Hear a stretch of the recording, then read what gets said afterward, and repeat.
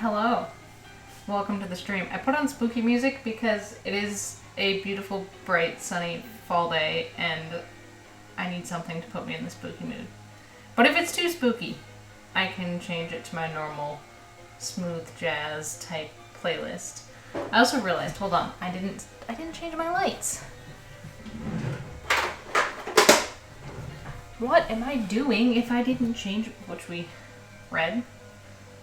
We're like, I feel like purple's fun because it can be cute, but it can also be kind of spooky. Purple's a great color. Let's go with, it's hard because it's light out, so you can't really see my lights. So, welcome to a spooky baking stream. I did my hair in pigtails because, I don't know, my hair just looked crusty because I went to the dentist today.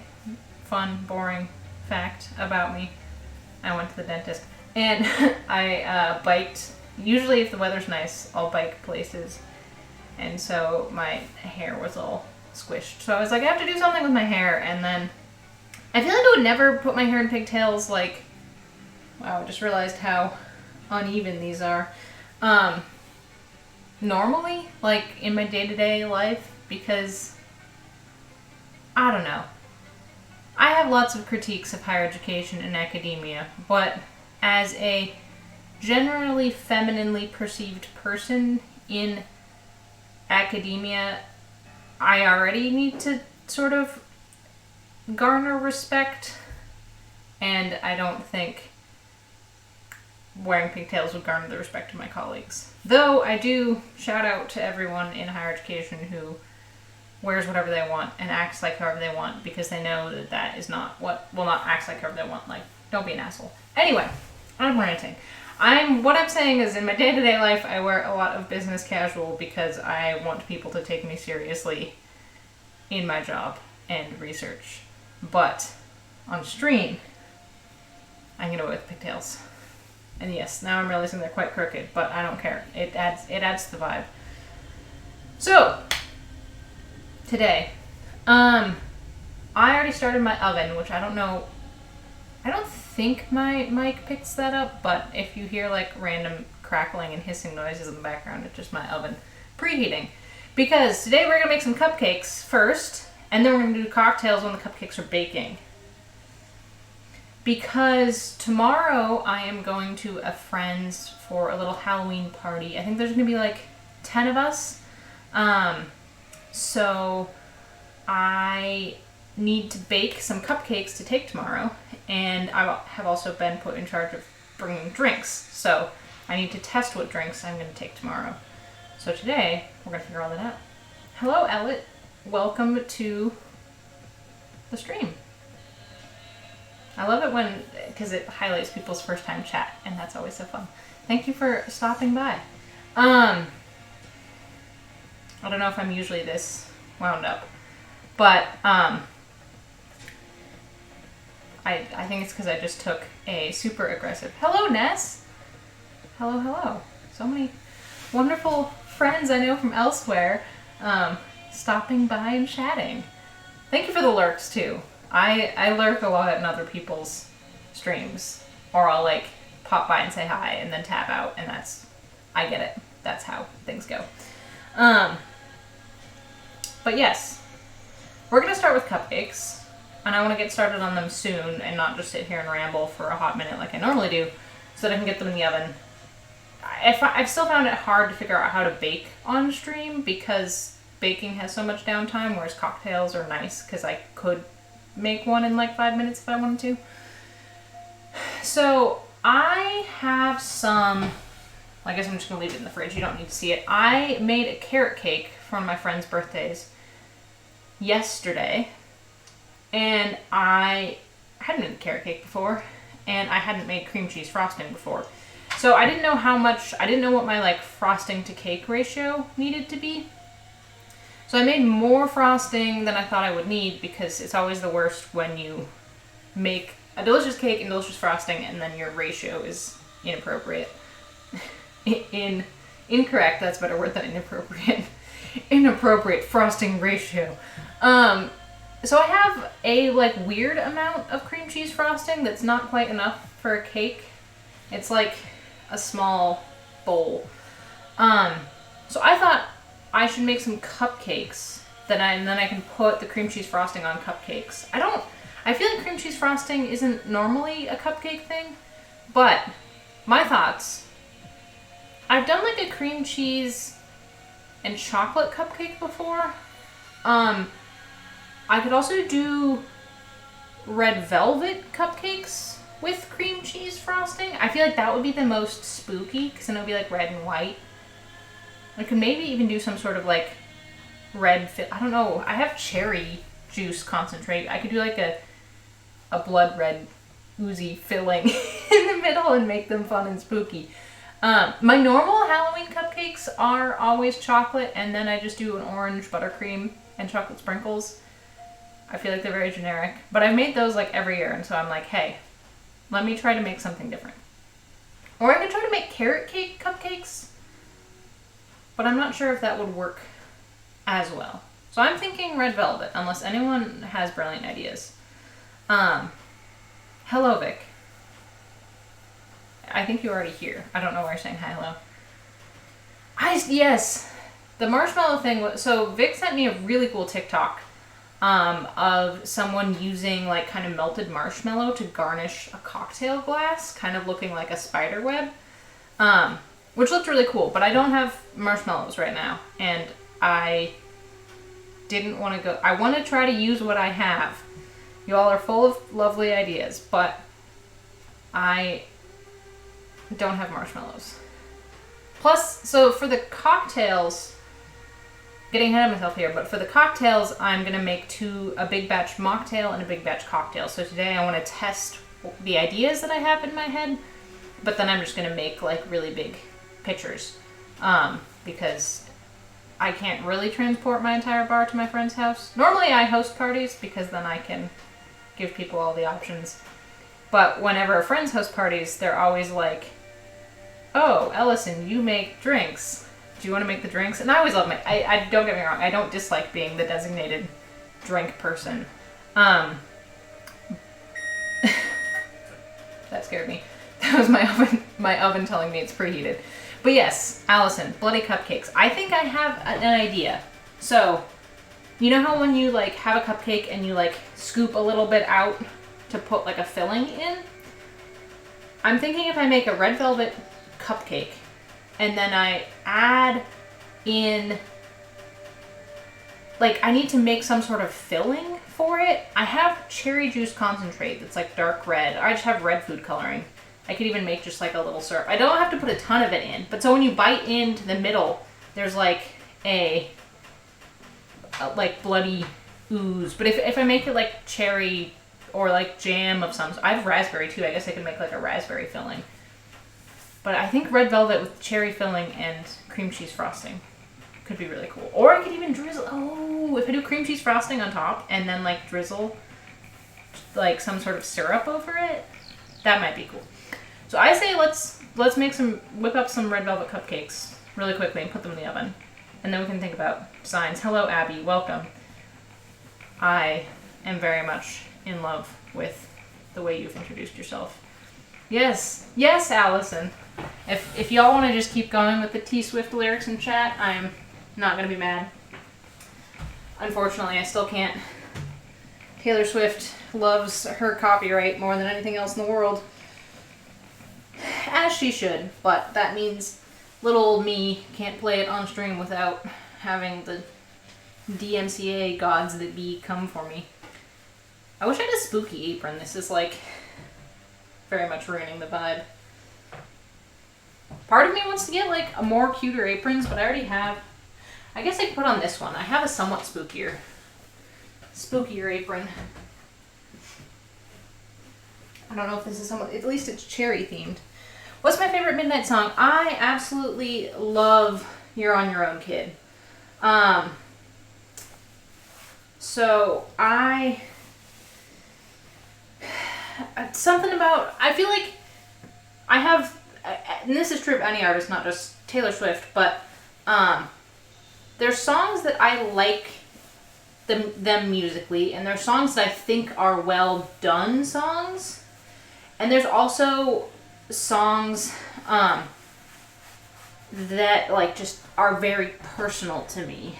And so my favorite Taylor Swift songs are always the ones that I think, not that I'm saying they are not her best work or that I don't also enjoy them musically, but I think the lyrically hit different.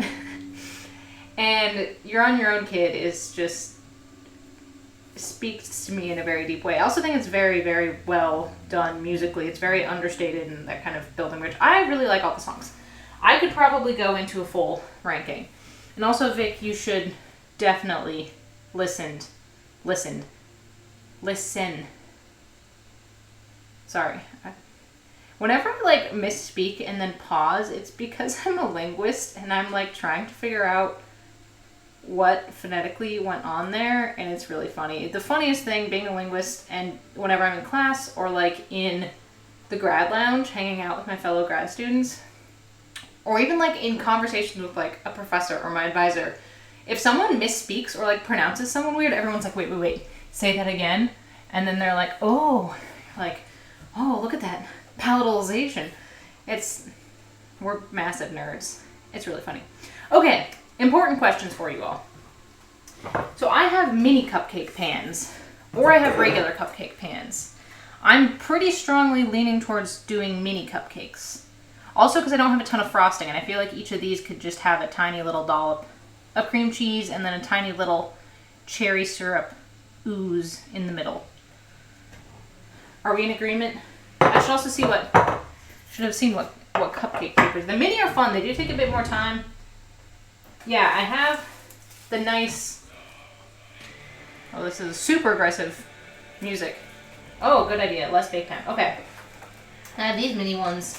For the regulars, I just have like the all natural, unbleached paper. Let me get a cookbook. I realized I was like, oh, I can just bake, and I don't have the recipe for red velvet cupcakes memorized, unfortunately. So I'm going to be right back.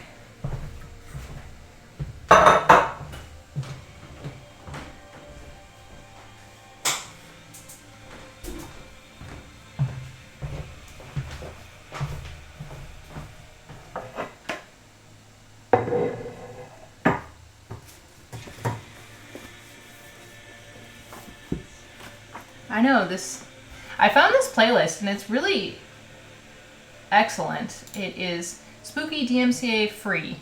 Has a really cool cover. And it's a lot of video game soundtracks and a lot of movie soundtracks, which is fun. There we go. Okay. Red velvet cupcakes. I'm going to be following a recipe in Joy of Cooking. I've made red velvet cake quite a few times. I've never done cupcakes. But usually they are pretty similar.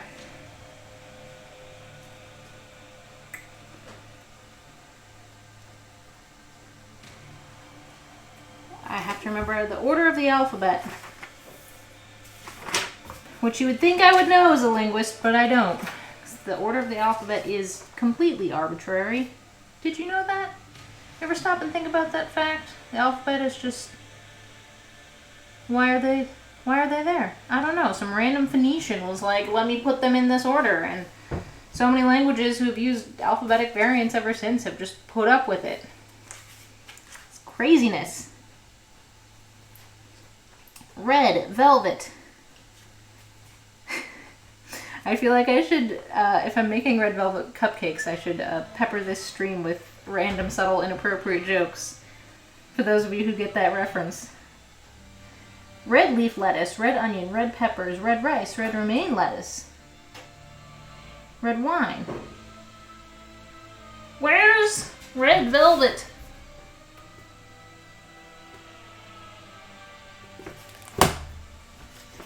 Sorry, I'm having a moment. Can I just make the recipe for red velvet cake and then put it in cupcakes? Or do I need a cupcake recipe?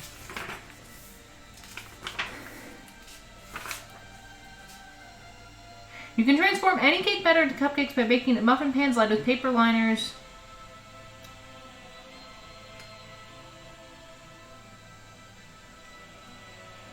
Okay. Yeah, they don't have a specific recipe for red velvet. Sorry, I'm like consulting. So, red velvet cake. We need to make the recipe for buttermilk layer cake.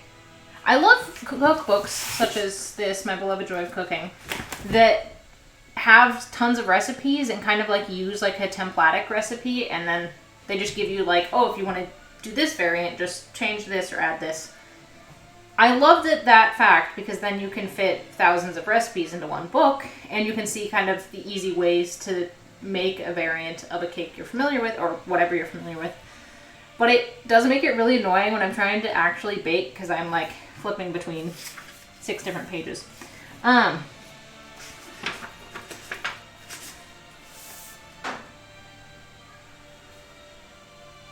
This is very epic music for me to just be reading a recipe. Okay. We need flour, baking powder, baking soda, salt, buttermilk, eggs, vanilla. This makes 2 9-inch round layers. So probably want to have, it calls for 3 eggs, so we're going to third it, which requires me doing math. Oh my goodness. Cocoa powder.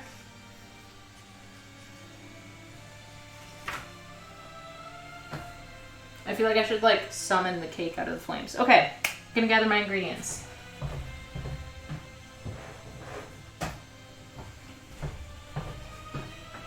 Flour.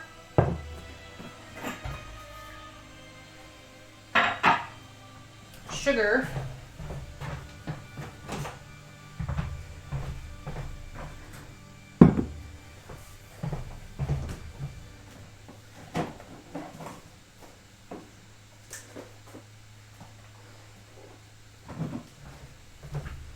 Cocoa powder, baking powder, baking soda. I also, general baking hack. Anything that calls for chocolate, I always throw a tiny bit of instant espresso powder in. You can buy this obviously in the coffee section. I never actually use it for espresso because I have an espresso machine, but highly recommend a little bit of espresso in anything that's chocolate flavored. But just a touch. Unless you want to do more, make it mocha-y. But yes, side note, red velvet is just bread dyed kind of chocolate cake. Does anyone know the history of red velvet? And we're gonna need an egg, vanilla, and buttermilk.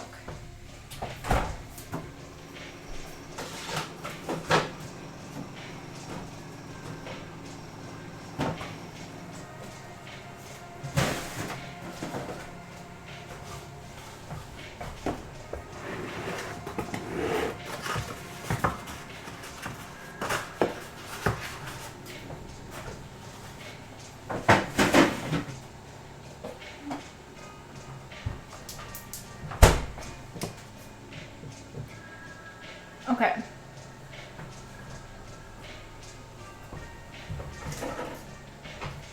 I'm gonna actually write this down because it is very hard to change a recipe in your head.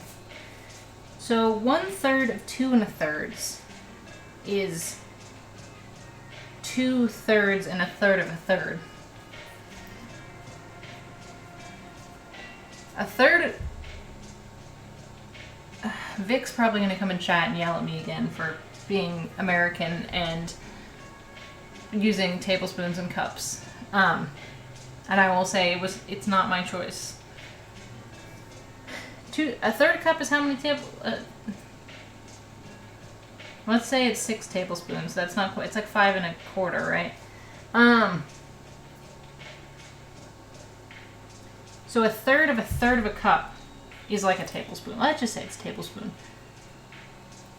2/3 a cup and 1 tablespoon.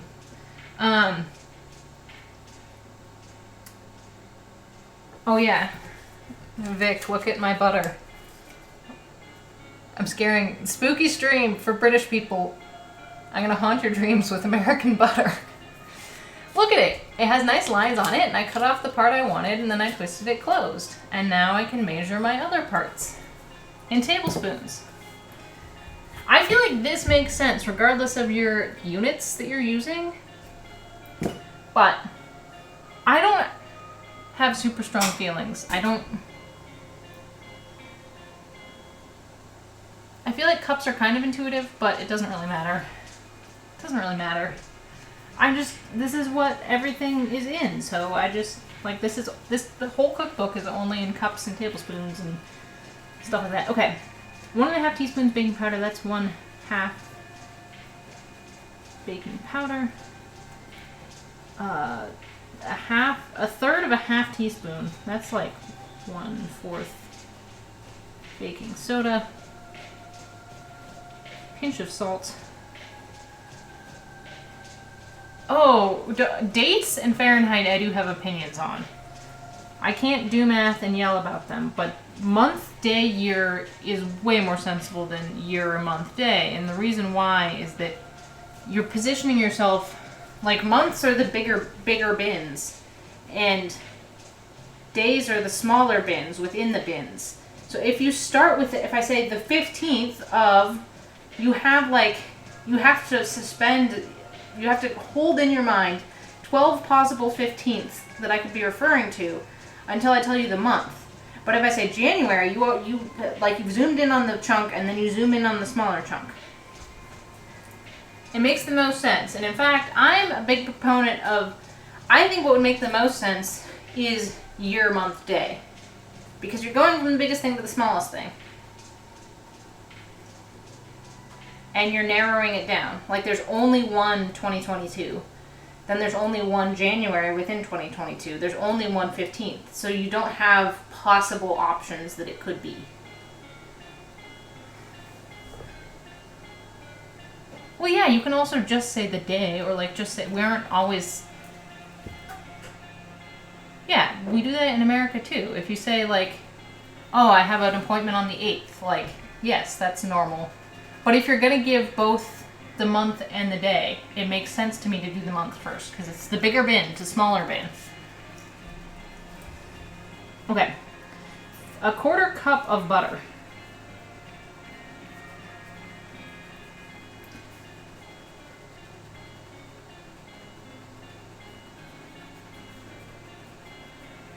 Third cup sugar. 1 egg. Vanilla, and 1/3 cup of buttermilk.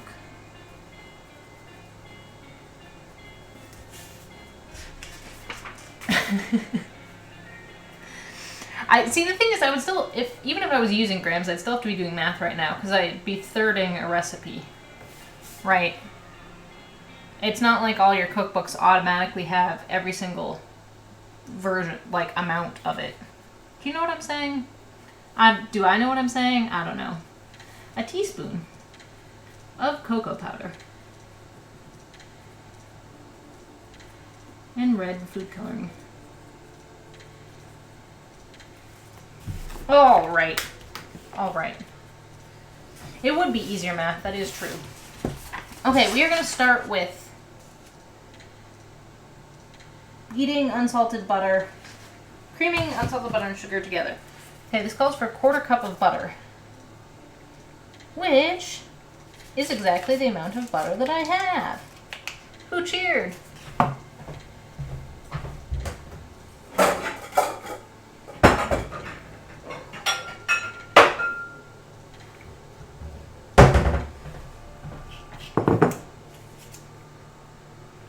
Doesn't say softened butter, but I want to briefly microwave this because I don't know how well it'll blend. And have I ever microwaved anything on stream before? I don't know why. There's something just weird to me tech-wise. I'm like scared that running my microwave next to my computer will hurt something. I don't think it will. Fun fact, my microwave is under the cabinet, which I highly recommend because then you get more counter space. But I'm just going to go goblin mode while I microwave. Don't mind me.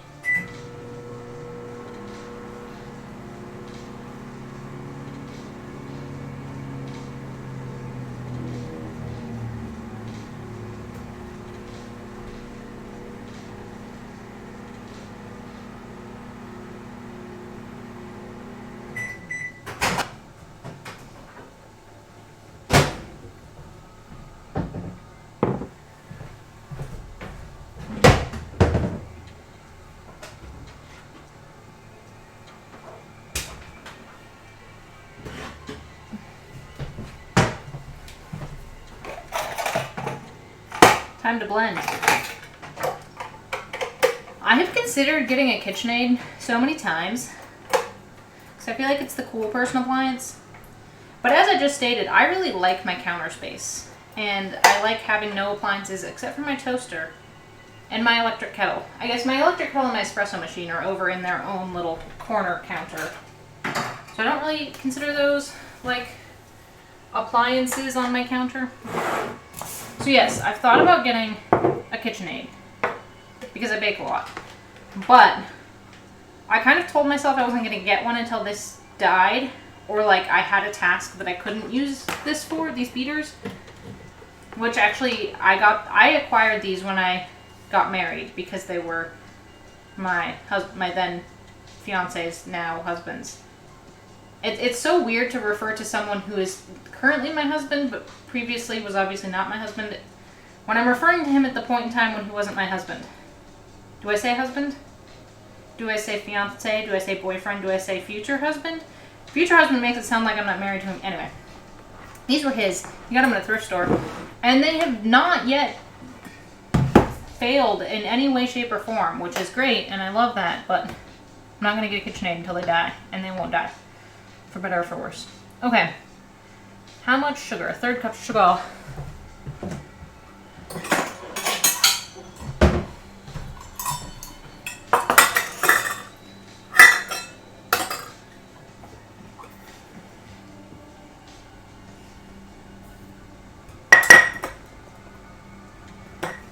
A little more than a third cup sugar. There we go.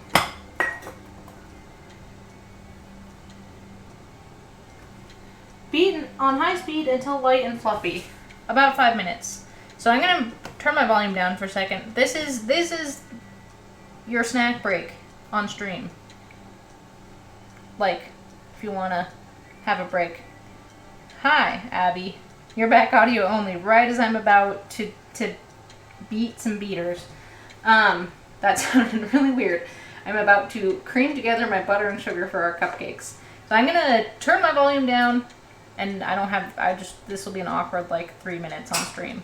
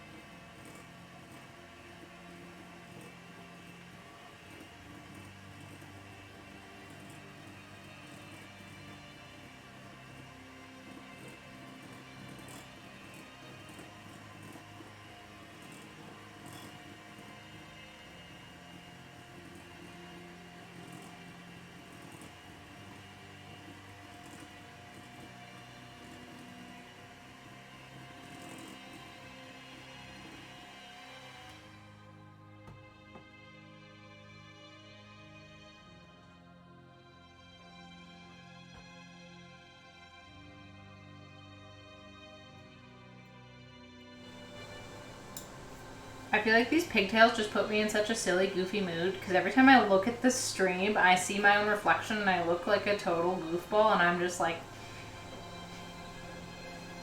I love it. Okay, we're getting there with our creamed together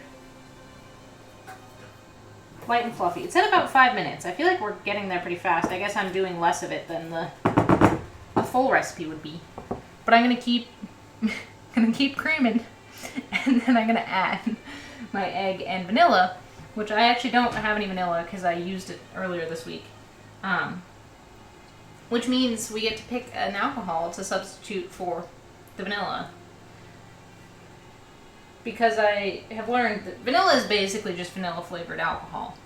So you can always substitute any liquor for vanilla whenever you want. So we could go with Cointreau or Grand Marnier if we wanted some orange. I think Liquor 43 is my usual go-to. But I could also put Luxardo in there if we want that cherry flavor. It's a good question. I'm gonna go with the Old Steady. Better than vanilla. It's great. 10 out of 10. Highly recommend. I put alcohol in everything I bake now, and it's kind of a running joke among my friends, but vanilla is alcohol. Don't try to drink it though, it's not. I've done a vanilla shot, it's weird. It's not made to be drunk. Anyway, I'm opining. I need to get back to blending. Ooh, I should put it on my fun. Let's put it on my cocktail shaking screen. Oh yeah.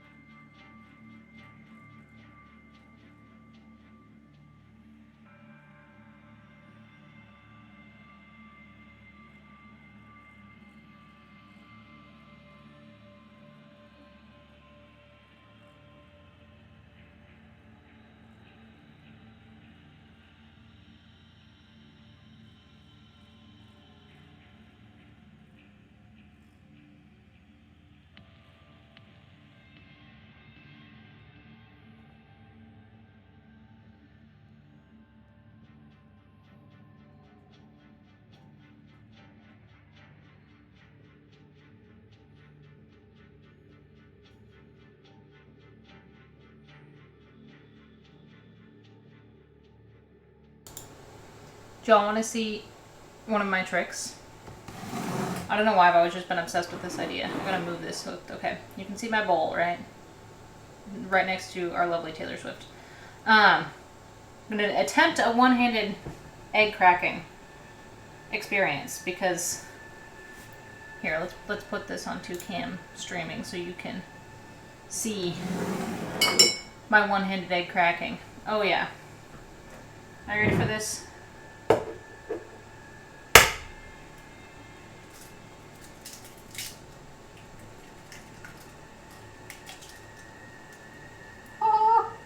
I don't know why, I just think that's like, I must just be a massive baking nerd to be like, wow, the coolest thing someone can do is crack an egg with one hand. But I taught myself how to do that, and I just flex every time I can, because I don't know.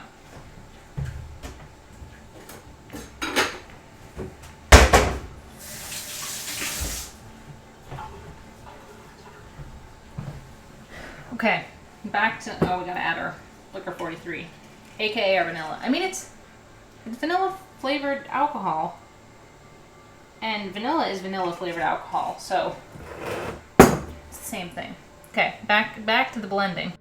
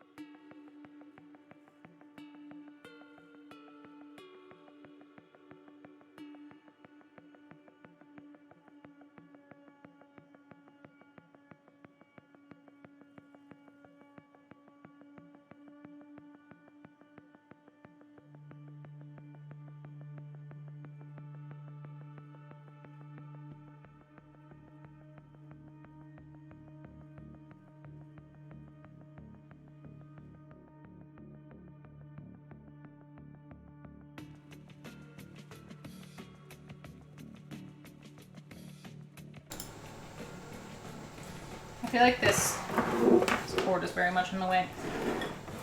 This playlist is like sometimes super spooky and sometimes it's more of a bop. Alright, we have some very nicely, very fluffy. You probably can't really see it because of this. That's really blue. That's really pink. There we go. That's a nice in between. A nice orange. Okay. So we have our sugar, butter, sugar, egg, vanilla. And then we need to add in our flour mixture, which recipes, as you know, always say to like pre-mix your flour stuff together. I'm always just chaotic and throw it in separately, unless I really need to, but I'm just gonna do me. Okay, so we're adding in 2/3 and 1 tablespoon of flour.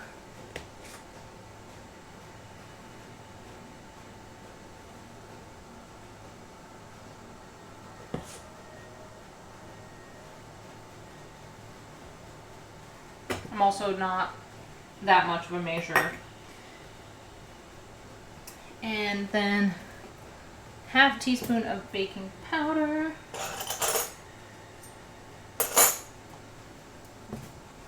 And 1/4 teaspoon of baking soda.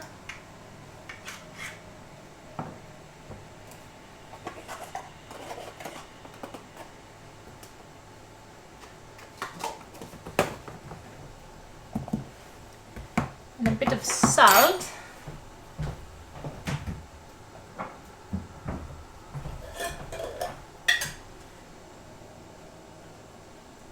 Which I don't know what 1/3 of a 1/4 teaspoon is, so I'm just adding like a little pinch of salt. And a tablespoon, I think, yes, of cocoa powder.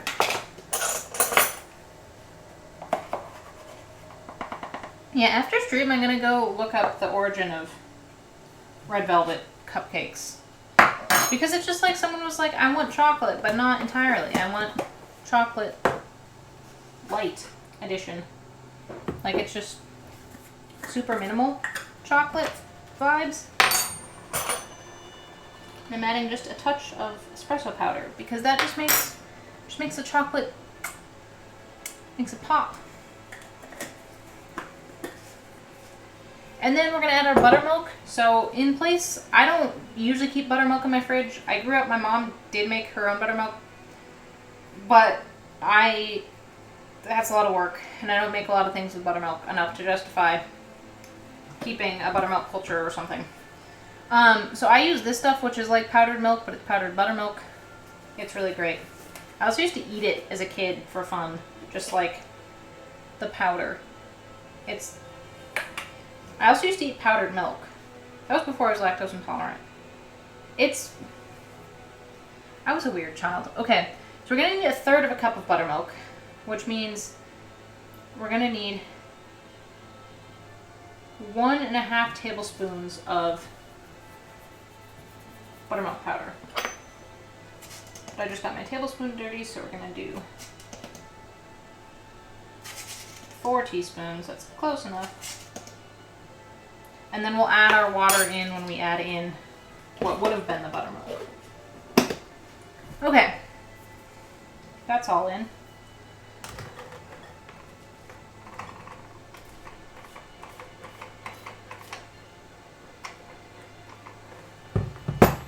Once again, return to the land of the blending.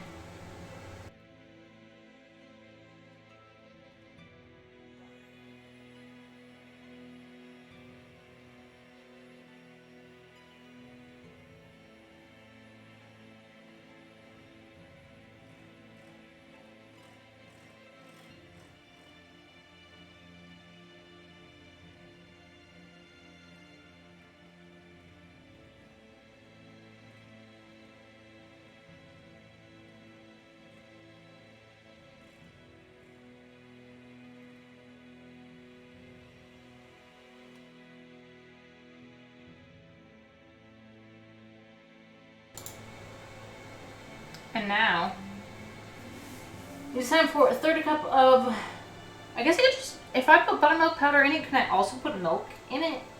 It'd be extra milky.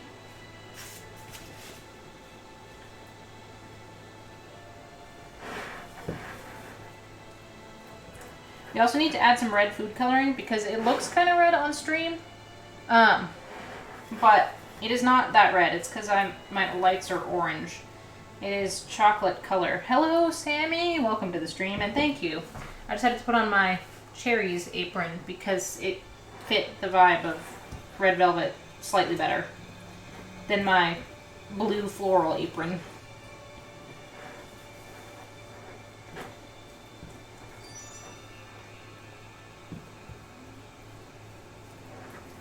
Okay. I'm just stirring that to make sure there are no big lumps. And we also need to add our food coloring. And in my experience for making red velvet cake, you need like so much food coloring. It's kind of crazy how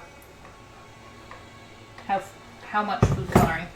So I have previously bought, I only have this in red, but this is icing color. Maybe I should just change this. Hold on. Okay, now you can get a sense of the color. So this is like chocolate, light chocolate. This stuff is like even a step up from gel coloring. It's just like, and this is the intense red or red. It's just like solid coloring. So I'm going to add some of that. Getting batter everywhere. Trying to remember what the easiest way, because you gotta like scrape it out weirdly.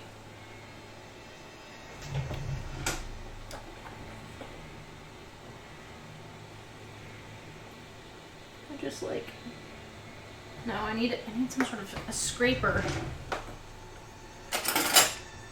Honestly, the back of a bar spoon is like the most effective kitchen utensil.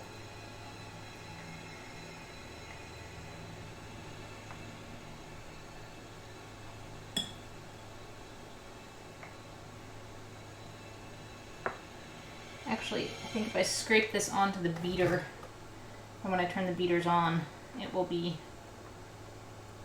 beaten in. So I scraped some onto the side of the bowl, but that's not gonna get beaten in as well.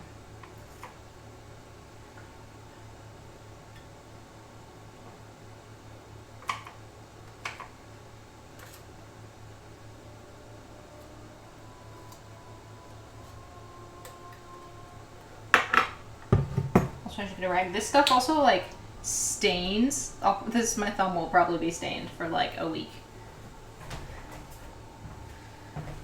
Like, I don't entirely understand how food coloring works and how they can like safely put such strong pigments into people's mouths and bodies. Like how it's still edible, but anyway, it is, or at least I hope it is. I'm gonna blend again.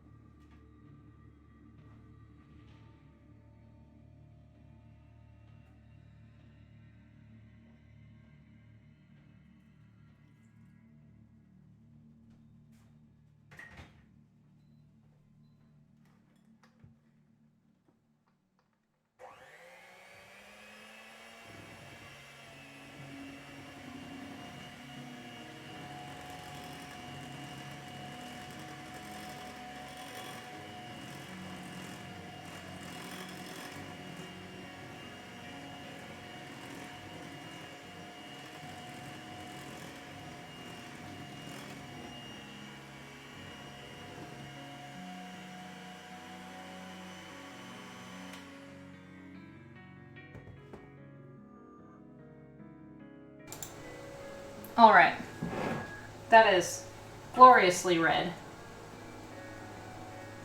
And I've hopefully not stained my counter.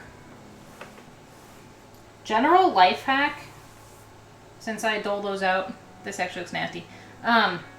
If you buy black washcloths or like dark gray or dark brown, then you can't stain them.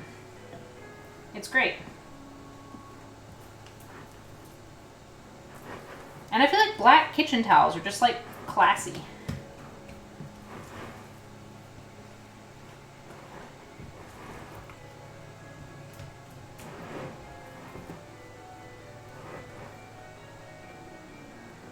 All right, I would say we are pretty much there.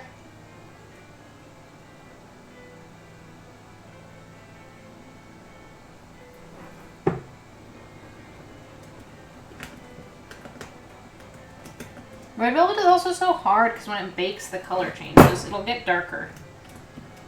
But I think this is basically the correct color. I'm gonna go take this to the sink.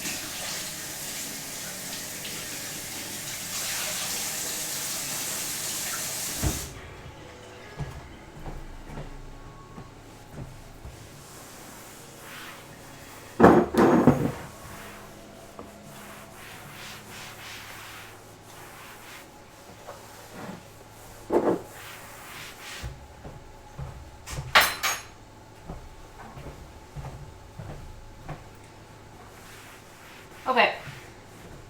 Now, we're gonna bake at 350 for, I'm not sure, because I'm doing minis. So I feel like the time amount is somewhat different with mini cupcakes.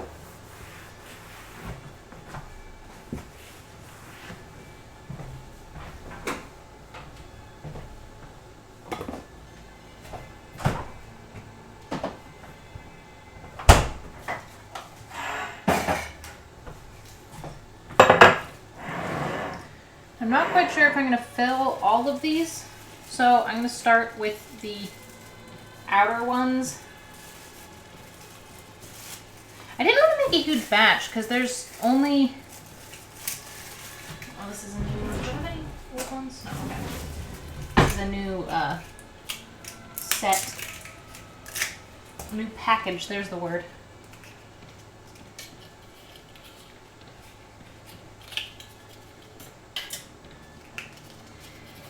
Now there's only, I think like 10 of us at this party, so I didn't want to make a ridiculous amount because other people are bringing stuff too. The nice thing about minis is that then people, like if everyone gets one or maybe two, it feels like there's more. Like it's just more fun to eat 2 miniature cupcakes than it is to eat one regular one. These little mini cupcake liners are very hard to get apart though.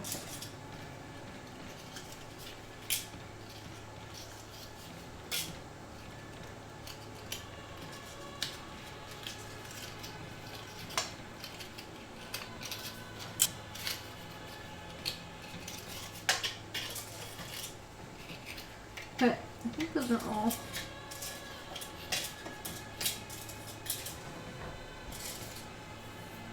Now I have to get a spoon, maybe a tablespoon.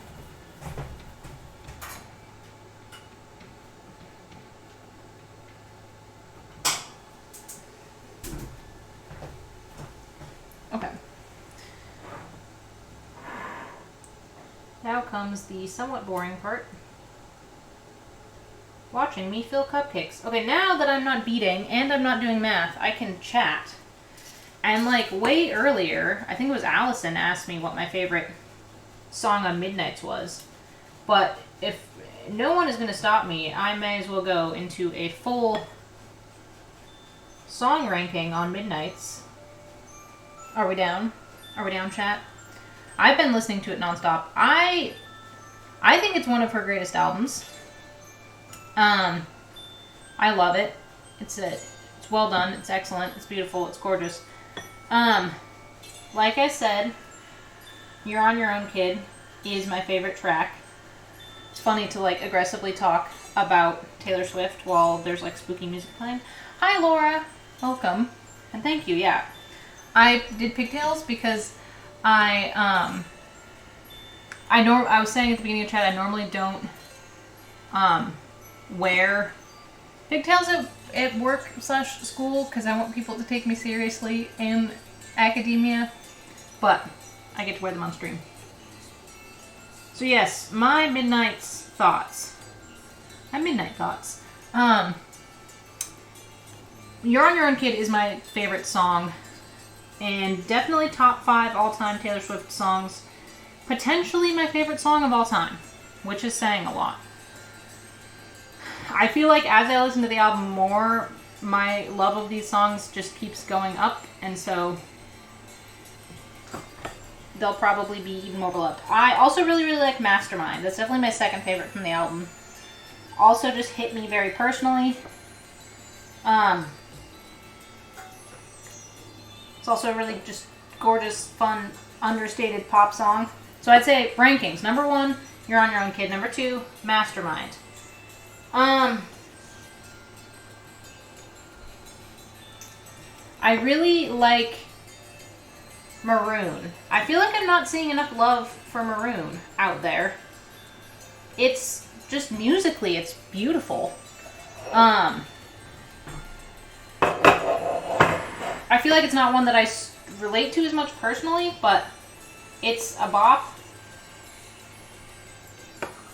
So probably I'd put Maroon at 3rd, or Antihero. Antihero's great. I'm glad she made it kind of the lead single because I think it's a really fun song, and I'm really enjoying seeing a lot of people who aren't as big of Swifties really connecting with it. I think the music video is really funny, and I like that she's like simultaneously so serious in this album. Like she's talking about some really heavy shit and like talking about some things that she's never really talked about in her life. But then this album is also like very tongue-in-cheek, and I can't keep talking about Taylor Swift seriously with this intense spooky music. Okay, there we go. Less intense, still spooky. Yes, Laura. Midnights is, I think, one of her best. I think she's just gotten so good as a singer-songwriter, and she's able to still kind of utilize the things that she's become known for, like such a personal narrative way of telling songs, but also like have this very mature distance. I love it. Okay, so my rankings. You're on Your Own, Kid. Mastermind. Then also, I really like Maroon, and then Antihero. And then I really like Dear Reader. That's another one. So it's the closing of the bonus tracks, because I'm ranking bonus tracks as well. I think Dear Reader is a fun song, but also like one of her most personal and one of her most, I mean, she's just talking to her fans. There's just so much in it. It's great. And I like how she kind of reflects on her own career with the line that you should find another guiding light, but I shine so bright. Allison, get your ass out there and listen to the bonus ones. They're great. So Dear Reader is definitely, I think, in my top 5 or 6. I really like Vigilante Shit. Again, not something I personally relate to. But musically, it's a bop. It's a song that you put on and you can't not, like, prance around the room to. I think it's great. And I'm surprised that it hasn't gotten as much... Like, I feel like that was the song I expected to be, like, the trending TikTok song. But I feel like it's Karma. Which Karma's good. Karma's not one of my favorites. I don't dislike it. Honestly, my personal opinion is there's only one skip on the album. And it's Snow on the Beach. Which I know there are people who like that song, and that's great. Something about it, I don't get it. I don't vibe with it. So if I'm listening to the album on loop, I will skip it. But I don't really strongly dislike it. There's only like 2 or 3 Taylor Swift songs that I like really actively dislike. So, Snow on the Beach is like the worst, in my personal opinion. But yeah, I get that apparently other people like it. As with all of her songs. Oh, see, I really like Labyrinth. I kind of got out of order. I think Labyrinth is... I don't know what order I was at. Like 5th or 6th. Labyrinth is just... maybe again a bit personal for me, but like... so just like soft. Labyrinth and Mastermind seem very similar in a good way.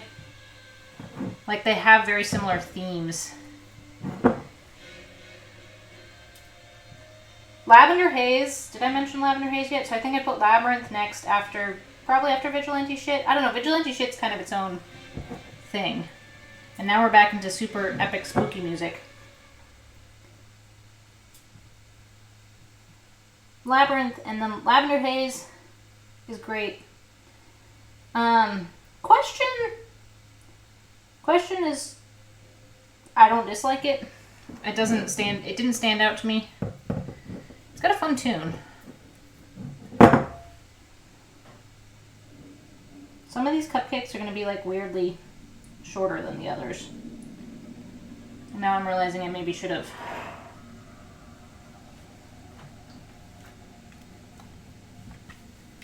Exactly, Laura. Like, there's plenty of, well, I don't know. Like I said, there's only like a few songs that I personally really dislike.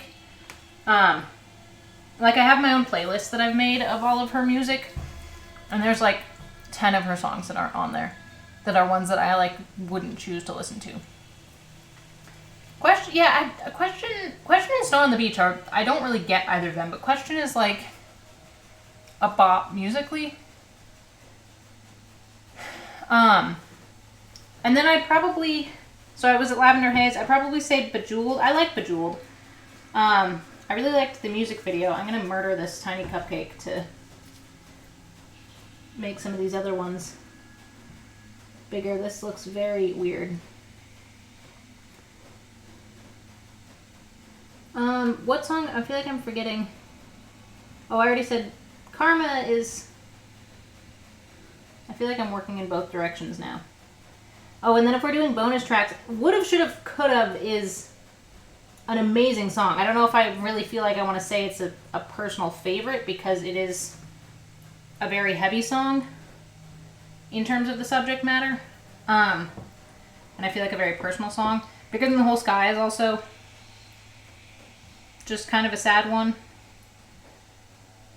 So I don't know if I'm necessarily ranking those. I do really like Glitch from the bonus tracks. A lot of people say they don't like that one. I think it's fun.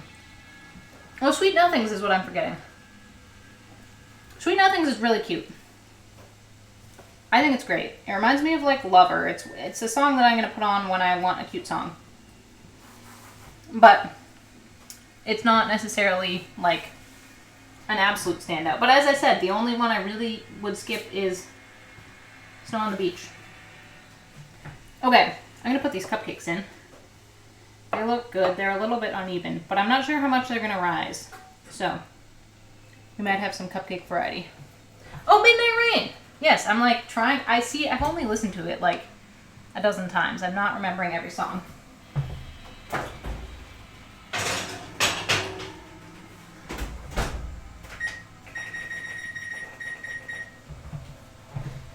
Midnight Rain. I placed Midnight Rain between Labyrinth. No, I had Labyrinth and then I had Lavender Haze and then probably Midnight Rain. And yeah, here, let me just pull up the album so I can actually get all of this.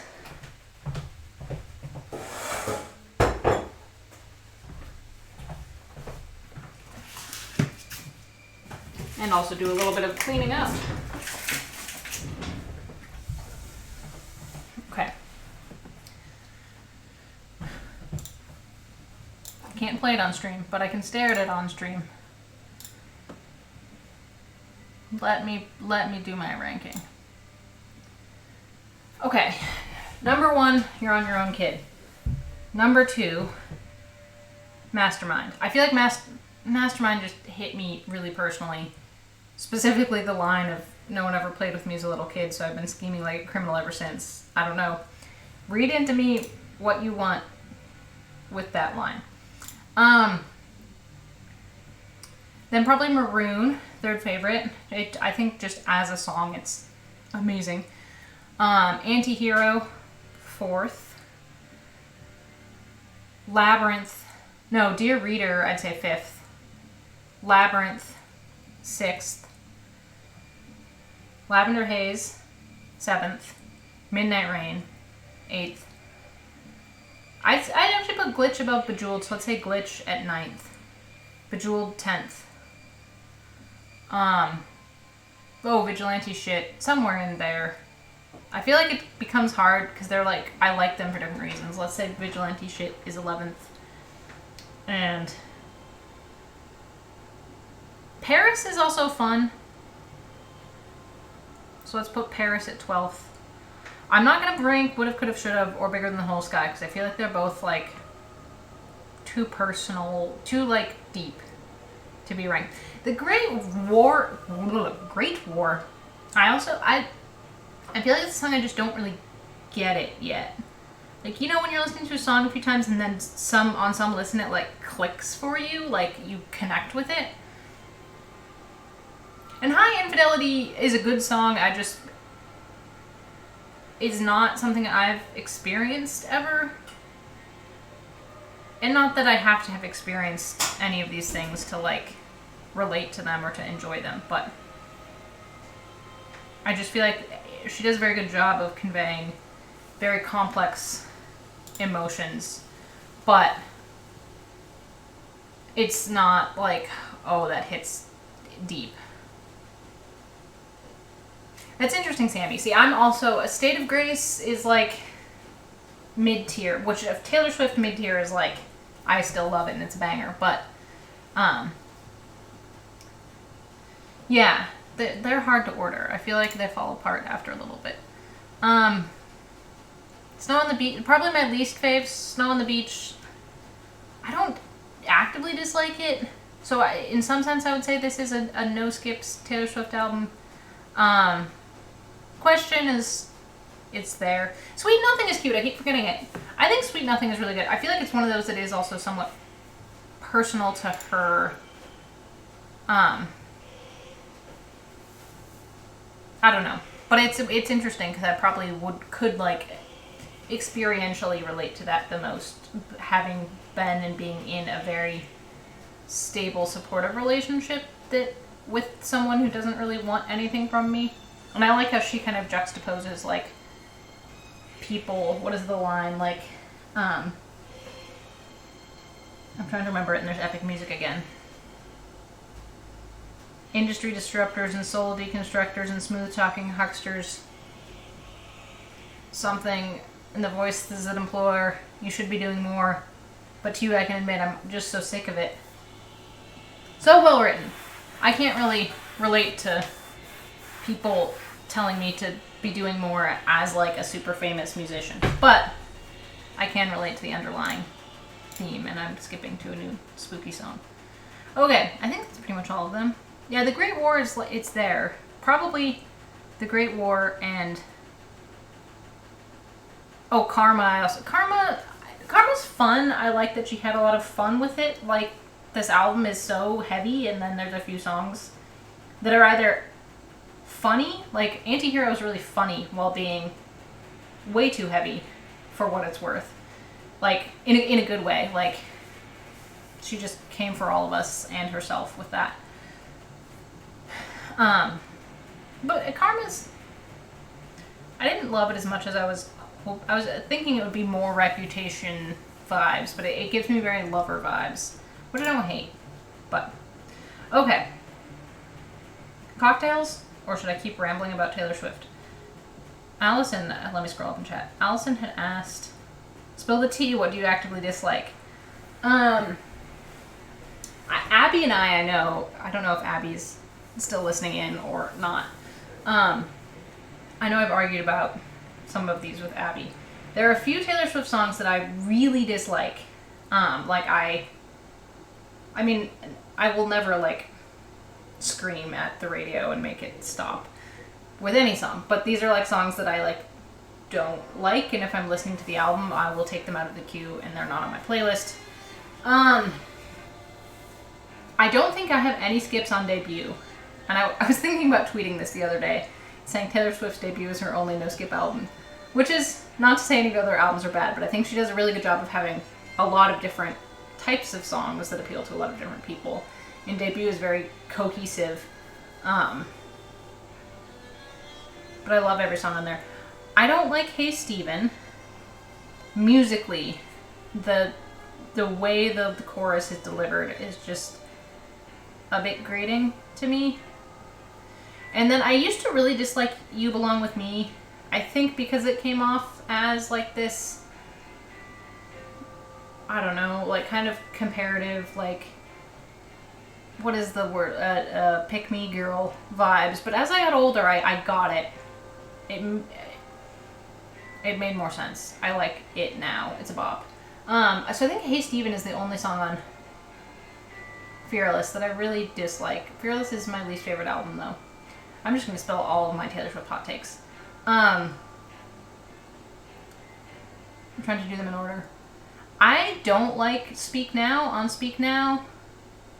I just feel like it's a weird song, and I've always wondered why it was the, like, title song.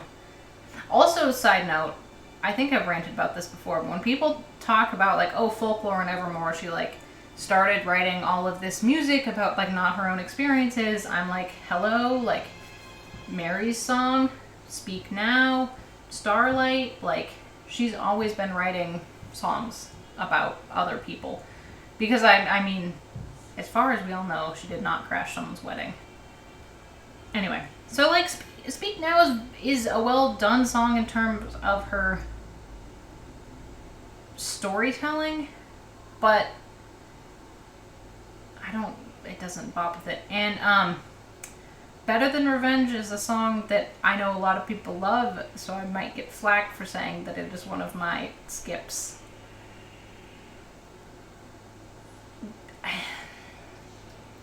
Which I feel like I can't say this without sounding hypocritical, because I just said I liked vigilante shit. But I can't emotionally connect to or morally support her viewpoints in Better Than Revenge. I, like, get it. It's a well-done song, but it's just, I don't like listening to it, because I'm like, this is not how you should do life. You should not try to get revenge. Anyway, I really dislike Stay, Stay, Stay. That's maybe my least favorite Taylor Swift song. It just, something about the cadence, but also, yeah. It just, I won't go into, I feel like I can't really go into why, because sometimes, you know when you just, like, don't vibe with a song? I don't think there's anything else on Red. I actually really don't love Everything Has Changed. But it's well done. Maybe it's just the Taylor Swift Ed Sheeran collabs. There's just a few too many of them. Exactly, Laura. Like, there's just things that I don't exactly know why. I just don't love them. I don't love How You Get the Girl on 1989. And I also don't like Bad Blood, but I think that's just because Bad Blood has been so overplayed. And again, it's kind of this, it seems a little bit like, I don't know, petty. I don't know. She can be petty in a good way, but sometimes I feel like I get peeved by her level of pettiness. Which is funny, because we're about to get to my favorite album, which is Reputation, which I do think has no skips. And Endgame is a tacky song. And very weird. Why does it have why is Ed Sheeran on Endgame? I don't understand. Why is he here? But it's still a bop. And then I really dislike Me. I know that's not an unpopular opinion, so I don't think I need to back it up. I otherwise do really like... I also don't like It's Nice to Have a Friend. It's just too cutesy. And then I really dislike... My timer's going off and I need to check my cupcakes, but now I'm on a rant. The other, like, least favorite Taylor Swift song is Epiphany on Folklore, and I could go into an essay about why I think that's just a weird song, and it's weird on the album, and otherwise Folklore would be no skips. But Epiphany, like, why? She's, like, talking about her grandpa on D-Day, and then talking about, like, COVID patients, and it seems she's not, like, she's writing a lot of... Okay, hold on, we're gonna check cupcakes. It's probably the time for me to stop ranting. I also, Invisible String depends on the day. Evermore, no skips. No skips at all. S tier album.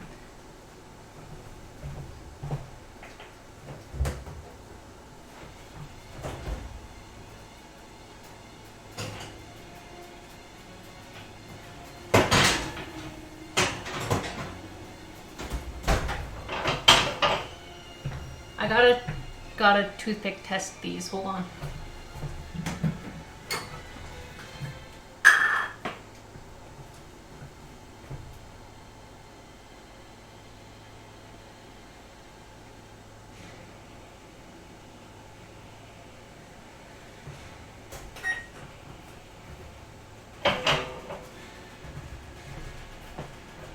Look at them. They're beautiful. They're done. They took only 10 minutes, which makes sense. These are two of the ones that are a little bit smaller, but honestly they all kind of filled out nicely. So I'm going to let them cool. And we also should go back to spooky cocktail making. So let me get some space.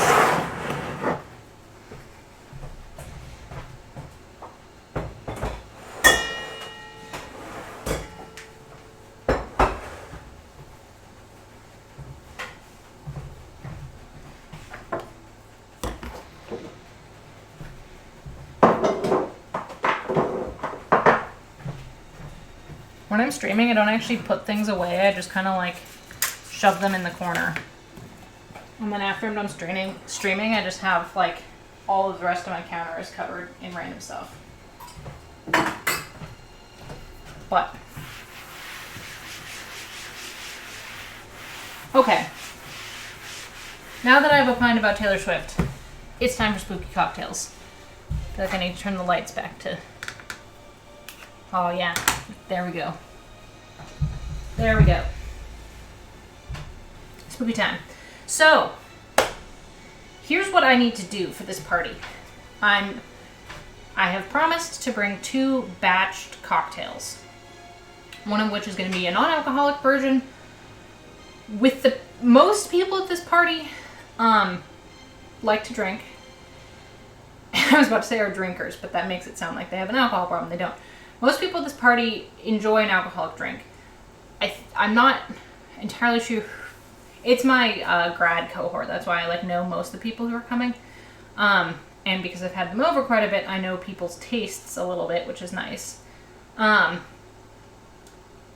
I think I'm going to make 2 batches about the same size, like big batch cocktails, and make one non-alcoholic, one alcoholic, but then bring some additional alcohol if people want to spike the mocktail one. Because I think most people are going to want a cocktail. And that way I kind of have 2 cocktail options because you could spike the one. So, that's the scene. I'm also to some extent limited by the ingredients I have because I ended up going, I had a busy weekend last weekend and ended up going shopping like very late at night randomly and did not sit down and plan out every single thing I had to make for the week. So I don't have a ton of every ingredient. But here's what I do have, and here's what I want to work with and what I want to drink test. So let me gather some things.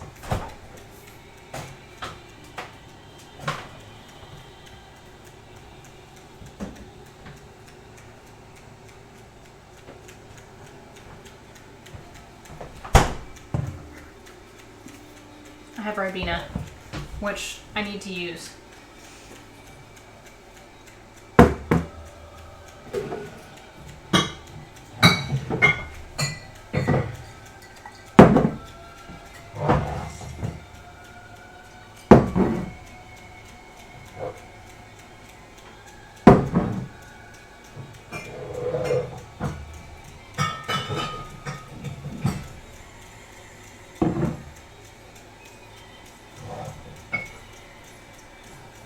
Also, this music is... I want to like a spooky but not like aggressively spooky playlist.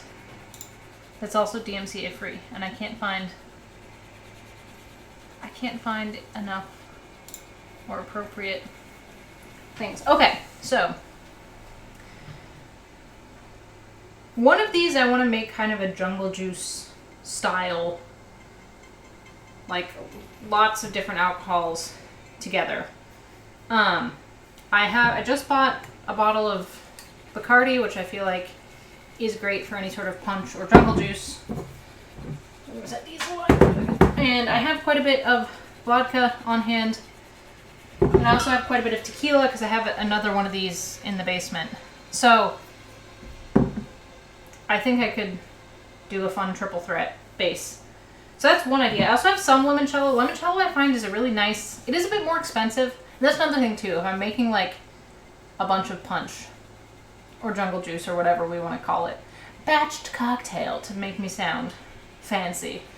I don't really want to throw in super high-end liquor, so I'm not gonna like, you know, be dumping bottles of Hennessy into there. But limoncello is nice because it's not super expensive, but it does add some good flavor. Because I also don't really want to put... I don't want to squeeze like a zillion lemons. So my first thought is, I also have this bottle of Ribena, which I don't know if y'all saw my TikTok trying, that TikTok went viral, the one of me trying Ribena. Well, not viral, but viral for me. It got like 1,000 views. And there were a few people on there who were like random strangers commenting about me trying Ribena, and it was just really funny because they like had no context for why this random person was just drinking this straight. But as I had said, I was just going to try it as it is out of the bottle. And a bunch of people were like, no, you have to dilute it. And I'm like, let me live my life. I can drink it straight out of the bottle. Like, nothing is... I know that's not how you're supposed to drink it, but like, nothing bad is going to happen to me. So, I have Kool-Aid powder on hand, but I have this Ribena. And now that I've realized that you have to drink it diluted, I have a lot of it still. I drank it down to like here, I think. So this could be a good way to add flavor and also color, because I can do like a big, and I just got some purple brew glitter. So my thought is some combination of these. So we have like a pretty alcoholic, sweet, but like blackcurrant vibe. So that's one thing. I also have cherry, so I could make this one cherry, but for the non-alcoholic one, I did recently buy this bottle of 0 proof alcohol whiskey alternative from Ritual 0 proof, which I got the whiskey and their gin. I'm gonna be honest, I'm not planning to purchase these again. I wouldn't necessarily recommend them. I was really looking forward to like having some good, because I have quite a few mocktails that are like just no alcohol component at all, like other ways to build depth and flavor into a drink. But I liked the concept of having like 0 proof, you know, alcohol replacements, because you can get that same flavor. But both the whiskey and the gin don't they taste a little bit off. They don't taste bad in and of themselves. They just don't taste anything like actual whiskey or gin, which I understand is hard. So maybe I just have too high of a standard in my head.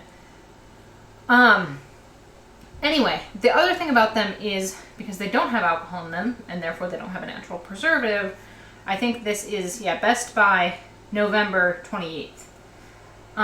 Which I don't go through, considering I have tons of other things to drink. I usually don't go through things aside from like vodka and tequila when I'm making drinks for other people.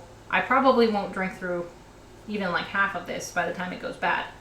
Which is weird because I'm so used to being able to buy alcohol, and if I am only using little bits of it or only enjoy it sometimes, it can sit there for, decades. So I was like, hey, what if I try to make, for the mocktail, I try to use this whiskey. And I think the whiskey would go better with the cherry.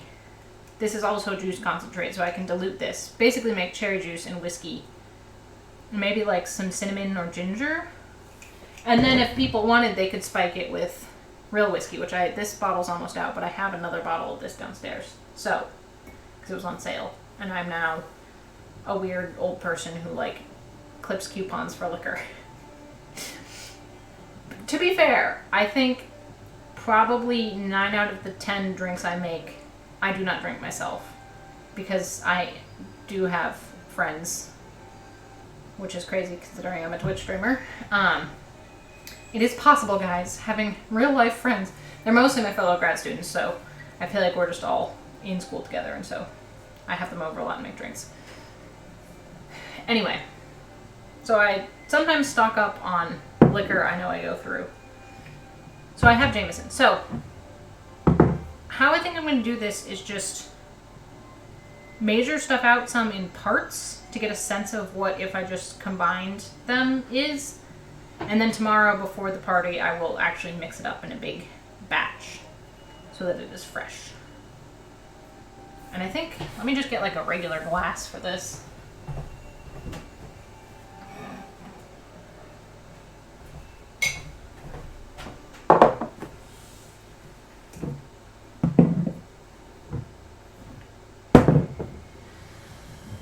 Like if I just do half, like equal parts. I'm gonna start with equal parts. It's always easy if you can end up making a equal parts cocktail, because then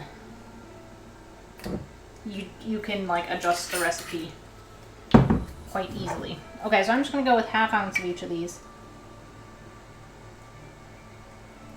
I've done rum, vodka, and tequila before in my Boomer cocktail. Just spilled. You know what? I need my thingy. I need my thingy. Also, I'm going to put my... switch to this and get my mat.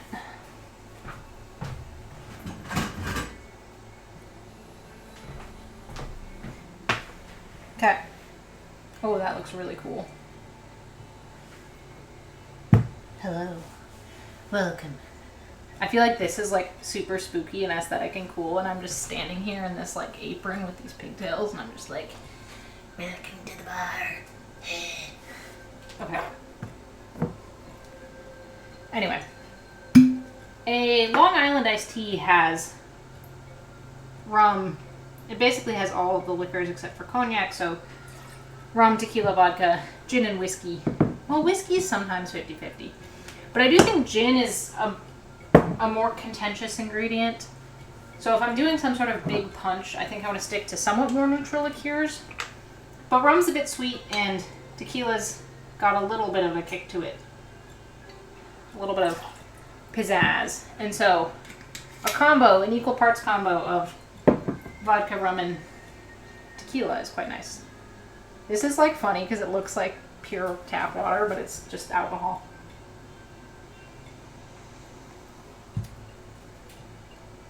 Yeah, I think that's a nice base because it has like,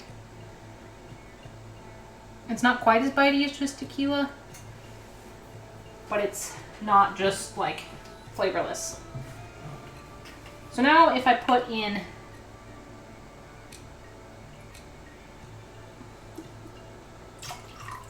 equal parts of that. Here, I should switch. As fun as my spooky lights are, we can't actually see what's going on. Okay.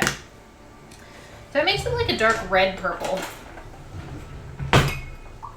which is quite nice. It's giving grape juice. I also got to think, I'm pretty sure I will probably put this with some ice. So if it's a touch strong and it gets melted down, or I could maybe, I need to ask my friend what the ice situation is at her house, whether she has like an ice maker and people can just pre-fill their cups.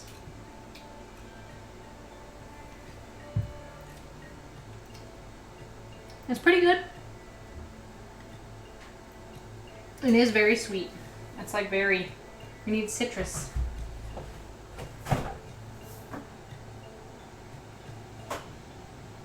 Ooh. I have pineapple juice. Actually, I think I only have one of these pineapple juices. So maybe I don't put pineapple juice in it. What if I put... If I do this tomorrow, I'm probably going to squeeze whatever lemons and limes I have first and then use bottled citrus, but...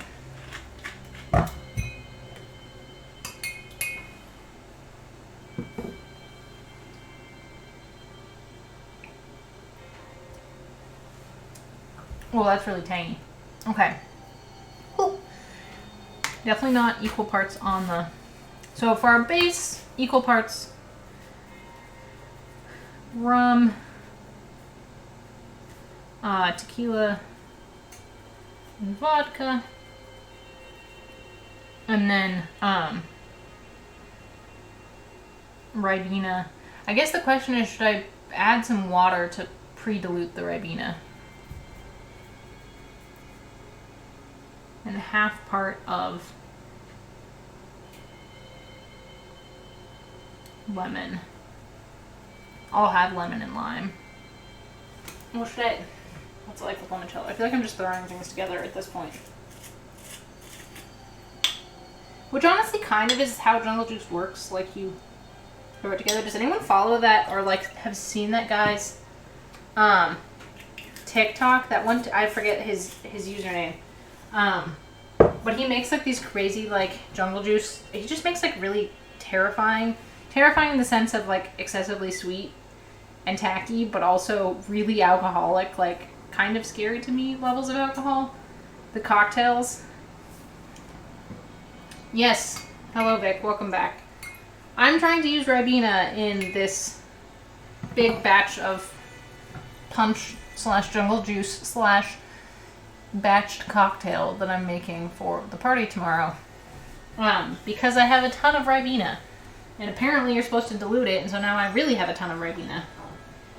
And it's fun and purple. Ooh, limoncello. It does not have lemonade in it, but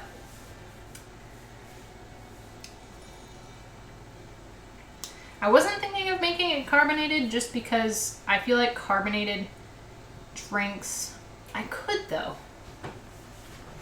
Now I'm conflicted. I don't currently have Sprite on hand, but I could ask someone to grab some for tomorrow.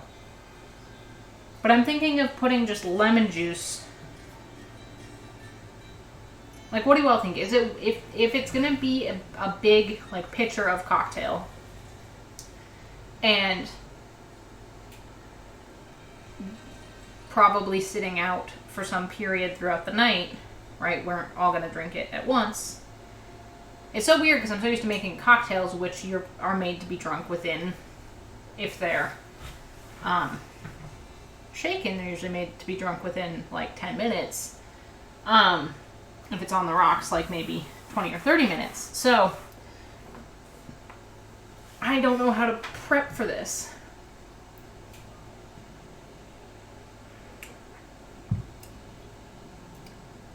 I feel like right now it's a little bit lemony because I put too much lemon in it.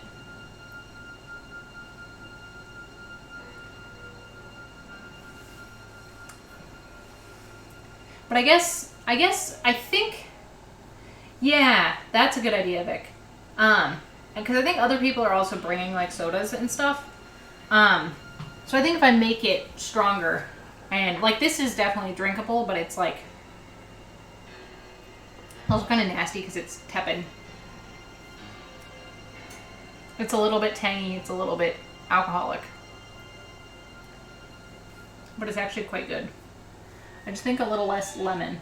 So equal parts of limoncello, Ribena, vodka, rum, tequila, and then half a part of citrus, which it'll also taste better tomorrow if I use fresh.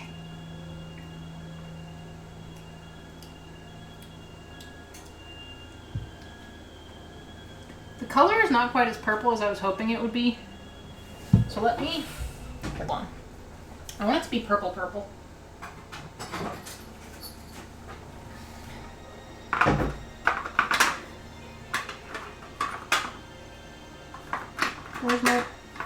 Where's my purple glitter?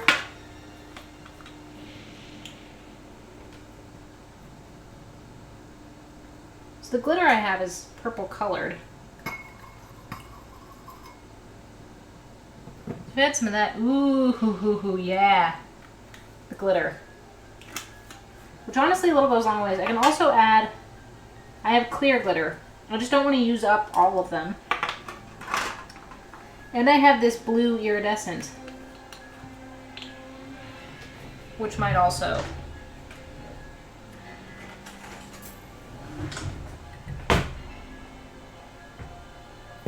ooh, that looks cool.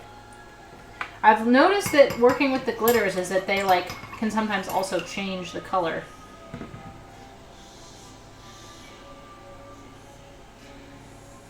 It's a little, the lighting is a little blue right now. Let me see. I still have not figured out how to make the lighting look right. There.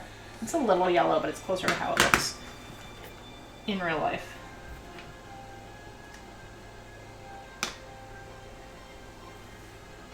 I'd say once we add the glitter, it gets quite purple. So I was also thinking that I could add straight up blue food coloring, which I think I have. And black food coloring. Where's the blue? Where's my blue food coloring?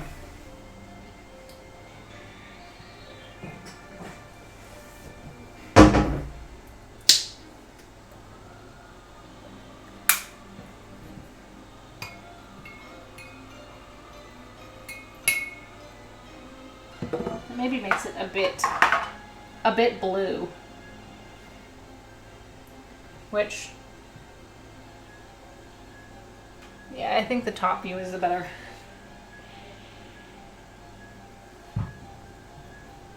I also want to add, so I added all equal parts and I decided that a whole ounce of lemon is a bit much. So I'm going to add more of my other ingredients back again to get our full. So we're doing equal parts of everything, but then half of the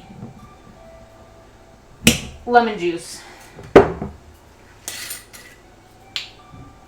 I think the blue food coloring. Maybe I can throw in 1 or 2 drops because I'm going to be doing a whole big batch of it. I love the glitter. The one disadvantage of glitter is it's going to settle after some time, especially if it's a big amount, but people will probably get some as they serve themselves.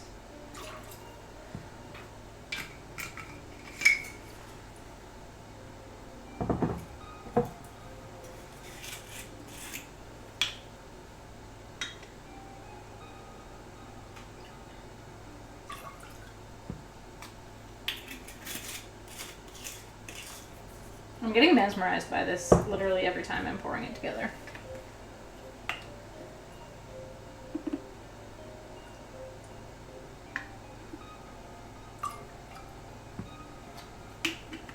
I think honestly the blue shimmer is what's giving it such a blue tint. Now that we have a bit more liquid, like it's purple, but it's got like this bluish overtone. So I think I'll just do the purple glitter. But that looks rad. Like, I think, it's so cool. Okay, let me taste it.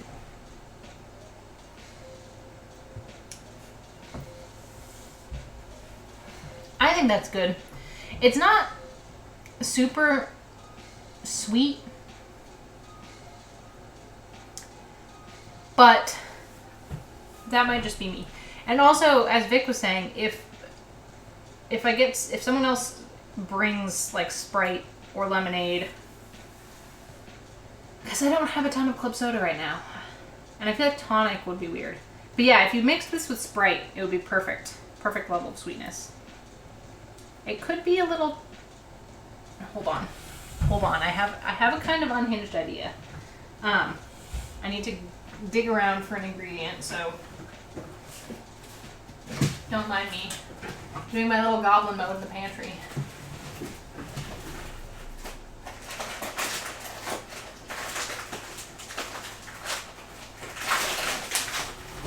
Okay, so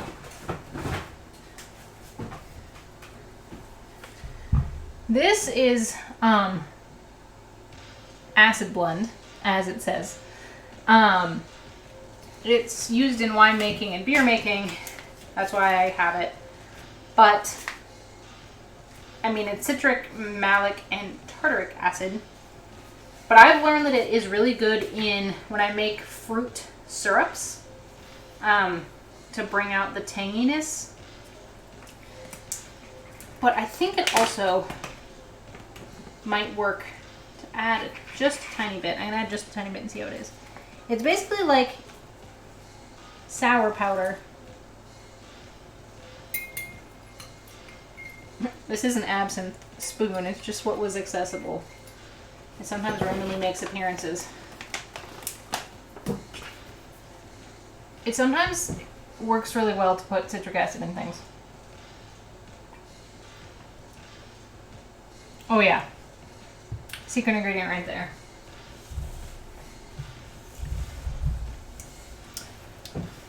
That's delicious. It's kind of the same as putting like sour candies in a big batch of jungle juice or something.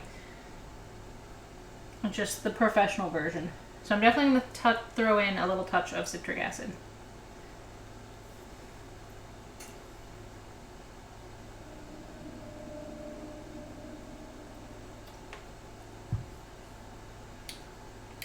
It's also very strong. So that's nice. If people want it strong, they can just drink this straight. And I think if I don't add the blue food coloring, the color will be perfect because it's just a little blue now.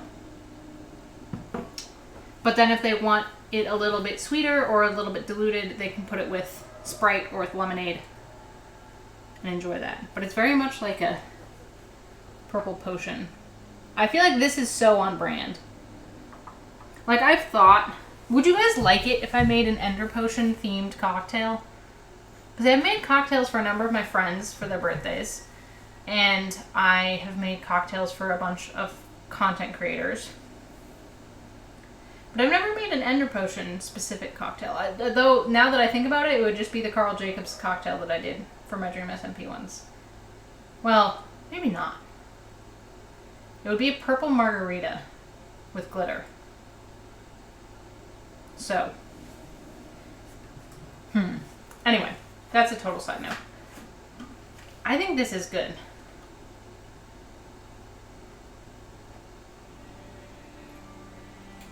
Yes, Vic, it's a bramble. Well, the Carl cocktail from my Dream SMP series is just a bramble. I would say this is good. It's not quite my personal taste because I like a bit more dry citrus forward. It's good though. Now that I'm thinking about it, this might be better without the tequila.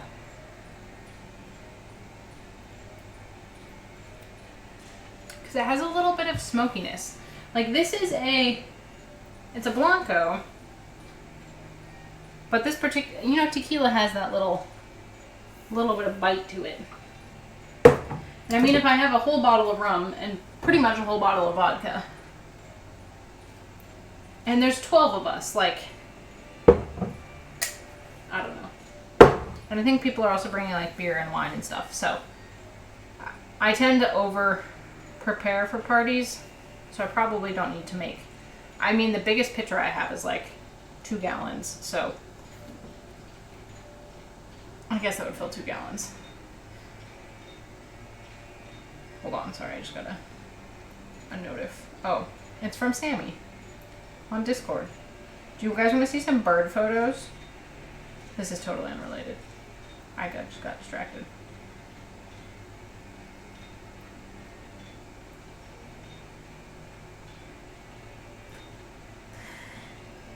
So today I was looking at funny birds. Literally the best possible thing you can Google. Just Google like funny birds. It started with this picture of an owl that I saw. He's like angrily walking. And it just looks so funny because birds look like they should have arms but don't. And then I found this hilarious picture, which is of 2 like songbirds. I don't know if this is... No, that's really overexposed. Showing people pictures on the phone is really hard. Anyway, it's this picture of 2 songbirds, and one of them is like shutting the other up. And I think that's really funny. And then I also think this one's really funny. It's like the side view and then the front view of this like... Oh, come on, white balance. My auto white balance is working against me. There we go. You can see him. Anyway. Tiny hamsters eating tiny burritos. Now I want to Google this.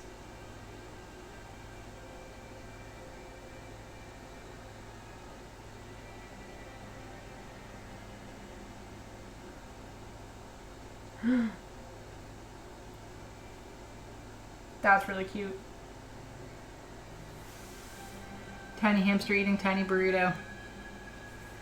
This is great. I think I should just start a thread on Twitter of funny bird pictures. Birds are just so weird. Anyway, I'm getting off topic. I just saw that I had a notification, and it was from responding to my bird thread in a Discord. I'm gonna try a second version of this real quick. To see how it tastes without the tequila. Because the more I think about it, this is like good, but it's not perfect.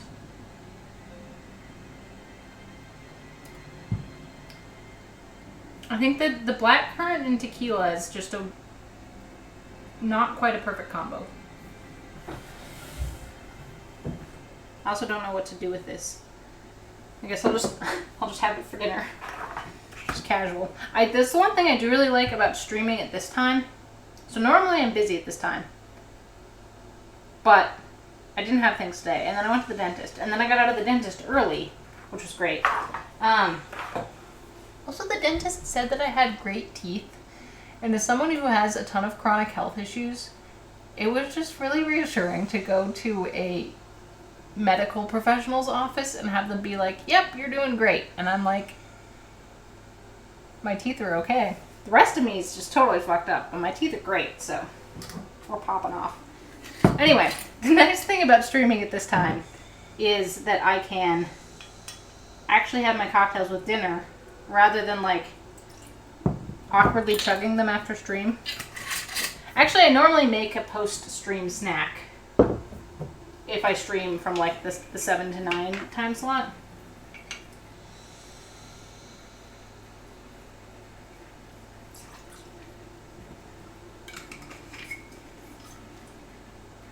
I wonder if, I was just thinking about flavors. I know, Vic, isn't that a total mood? Yeah, my dentist was like, you have amazing teeth. I'm like, thank you. I got one thing going for me. I was like, it's shocking because I like never floss and sometimes don't brush my teeth because, you know when you're depressed and you don't want to brush your teeth. I feel like the past few years since COVID, that's been a recurring experience. Too depressed to brush teeth. I'm gonna squeeze a fresh lemon because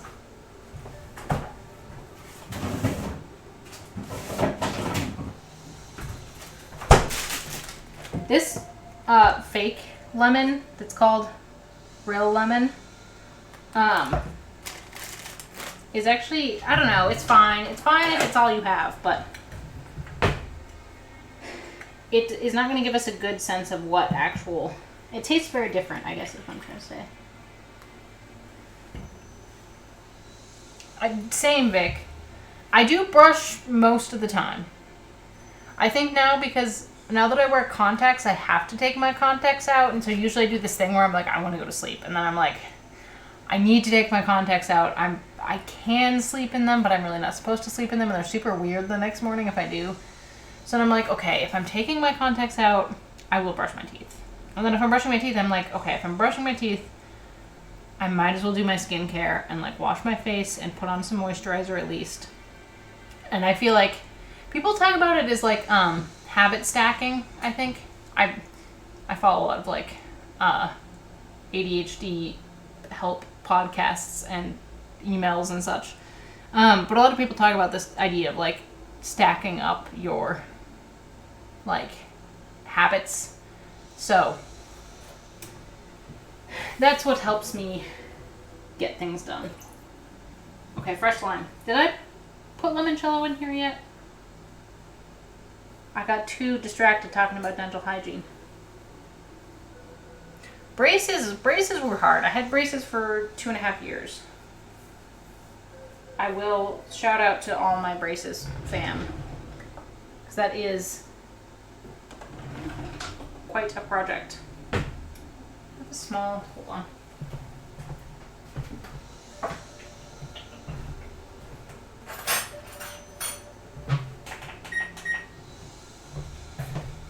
Okay, I'm gonna use the back of this. Actually, I should just use the back of this and dry it off.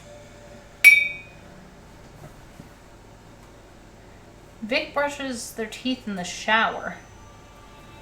That makes sense, but also is terrifying to me.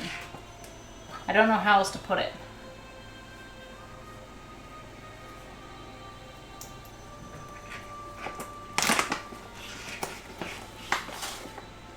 I feel like I always walk around when I brush my teeth. Like, I pace around my house like a madman. Okay, I don't think I want to do the blue iridescent. I want to do the purple and the clear.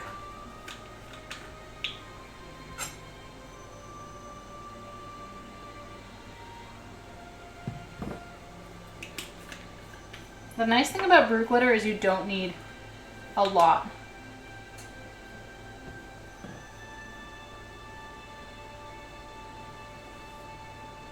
That makes sense, Vic. You're like in the mood.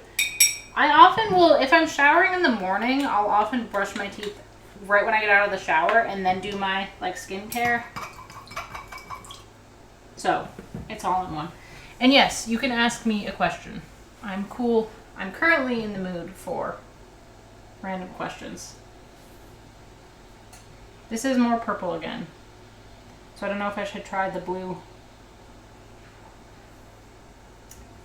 food coloring or if we like this color.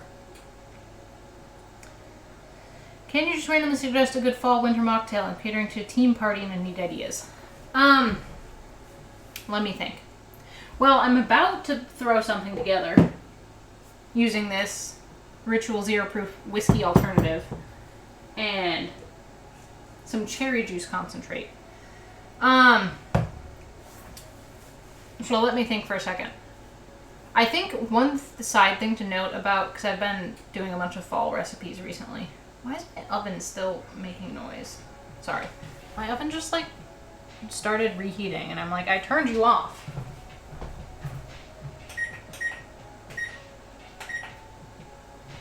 Okay. Sorry. One thing it's not my oven, it's my rice cooker.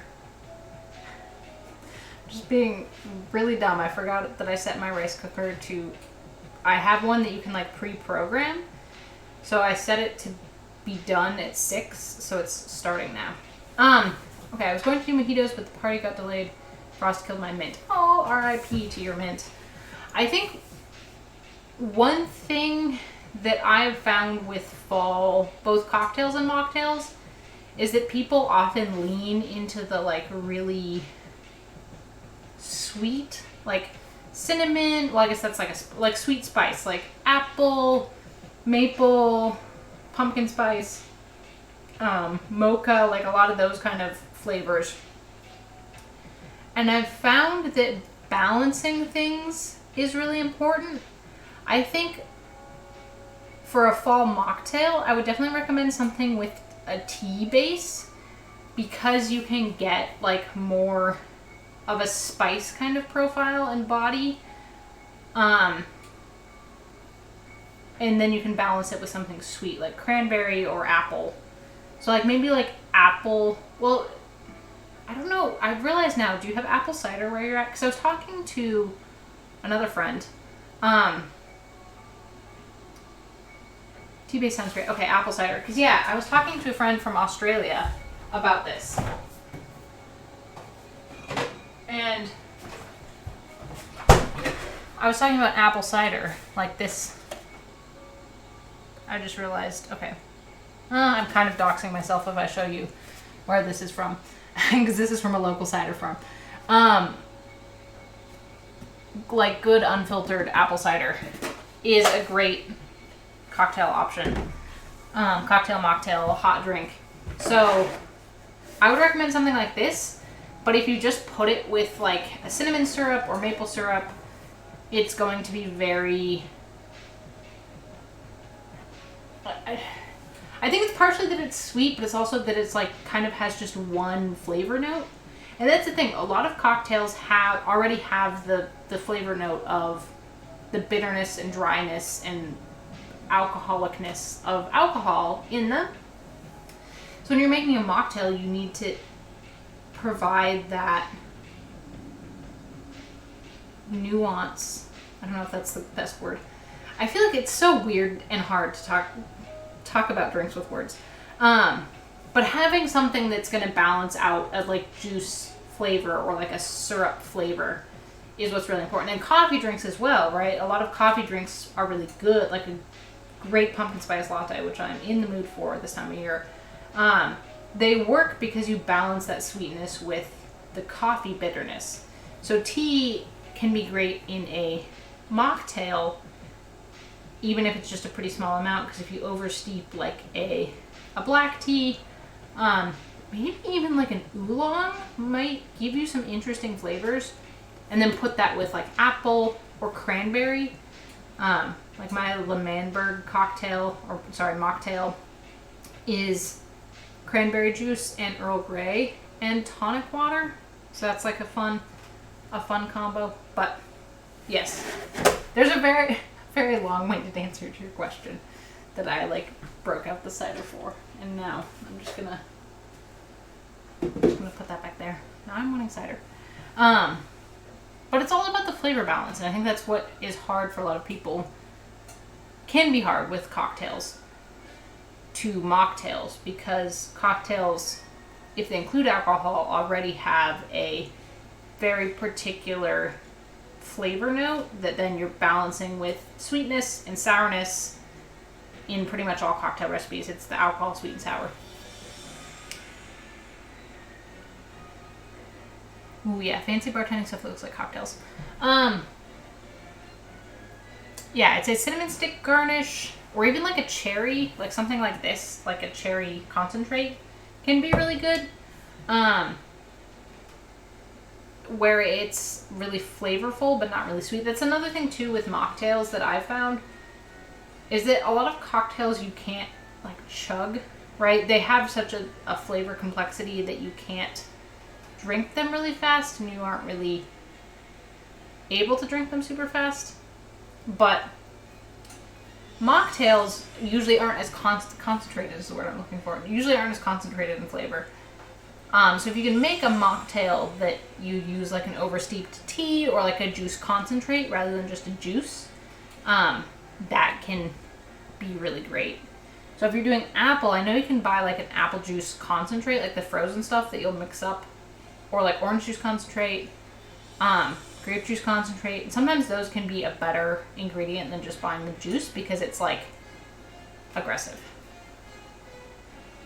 Black tea base with 1 part apple cider and cranberry cinnamon syrup. That sounds excellent.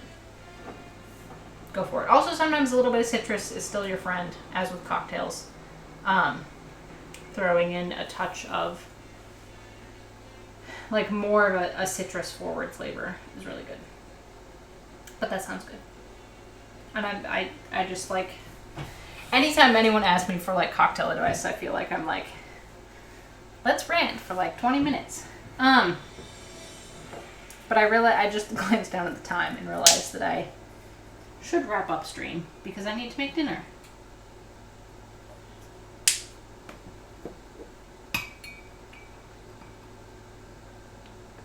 Ooh, yeah, I think that's good with a little bit of the blue food coloring. And definitely if I'm making a big batch of this, I can add just a few drops and it won't be quite as dark, but that's like a purple purple.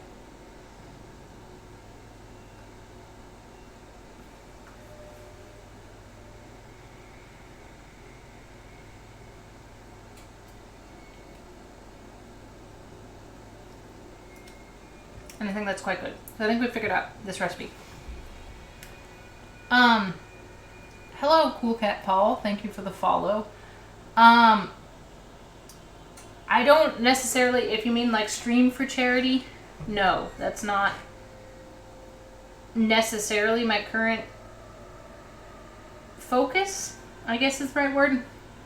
I think because I'm a food and drink streamer, it does, gonna be honest, cost quite a bit of, not quite a bit of money, but it does cost some money because I'm making a lot of cocktails or baking, and I have spent some on equipment.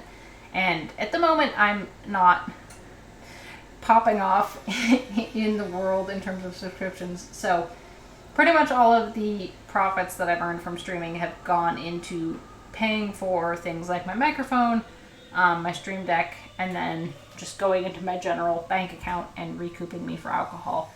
I know that makes me sound like an awful person for saying that all of my streaming profits go toward alcohol, but it's true. It does. And I guess not to say that people who game or do just chatting streams don't have costs that are incurred by streaming, but I think becoming a streamer has made me realize that there are a lot more expenses than one might at first think. So I don't do charities. I don't know if there's follow-up to that at all. I'm going to get another drink and we're going to test the mocktail.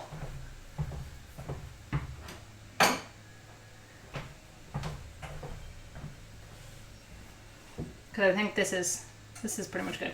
Here's a color comparison between the two. I think this one, which had the blue shimmer, is like very gray blue, whereas this is like a nice like deep royal purple with a touch of the blue food coloring. So we did it without the tequila and with limoncello. And then an equal parts rum, vodka, limoncello, and Ribena. And then half part lemon or lime juice, and then a touch of glitter and blue food coloring.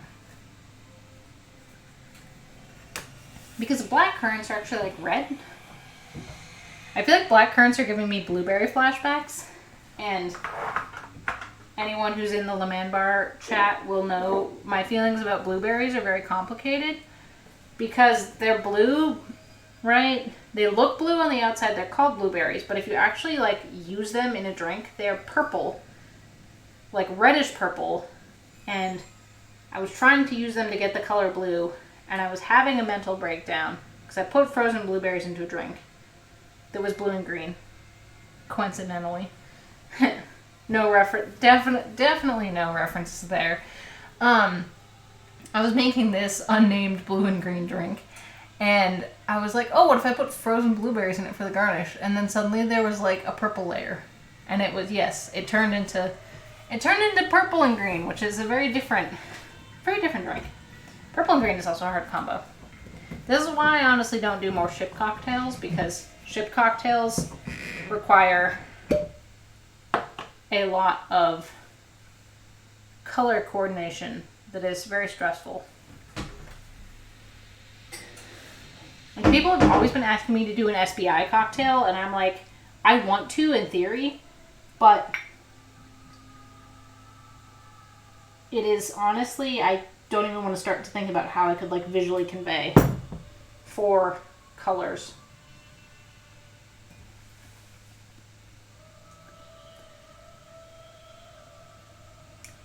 I know, Vic. I'm sorry. Okay. So this is an ounce of the Ritual Zero Proof Whiskey Alternative, which, as I said previously, I don't recommend. I'm sorry, Ritual. Don't sponsor me. The ingredients, which interestingly, I have no... Actually, now this is a question for the non-Americans in chat. In your country, do alcohol companies have to list nutrition facts and ingredients on their bottles? Because in America, alcohol is the one and only thing that is completely exempt from anything. Like, here's a tequila bottle, right? We have just words. Maybe that's a bit better for seeing. We have, our government warning about don't drink when you're pregnant and don't drive cars.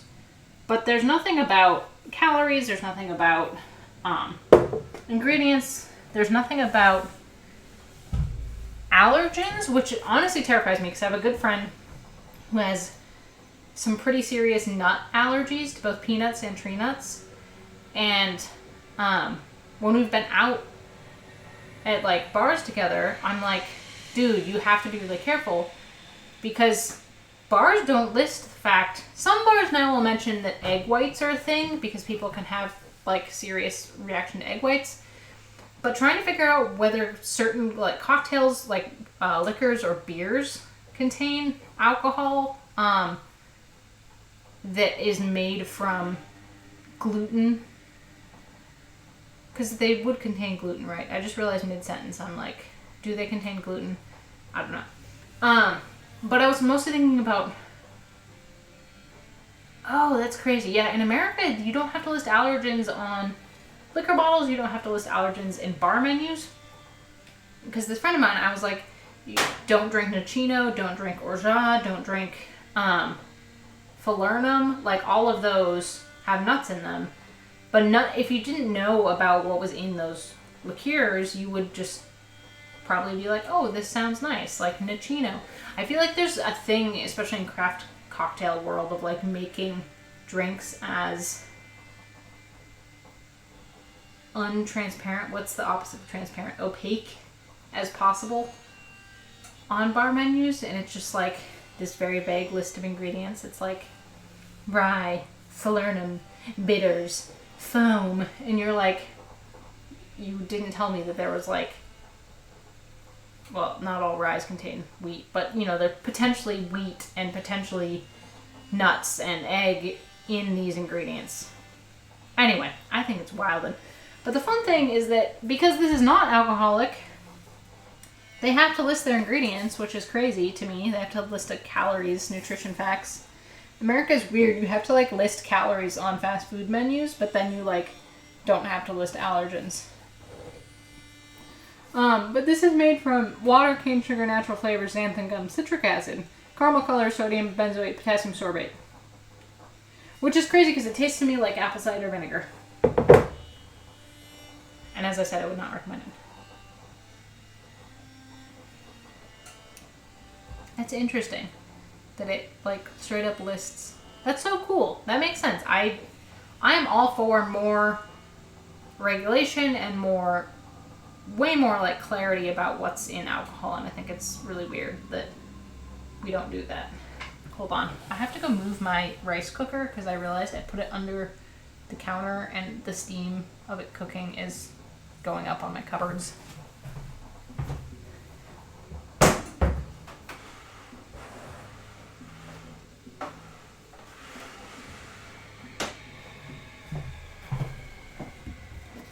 Okay.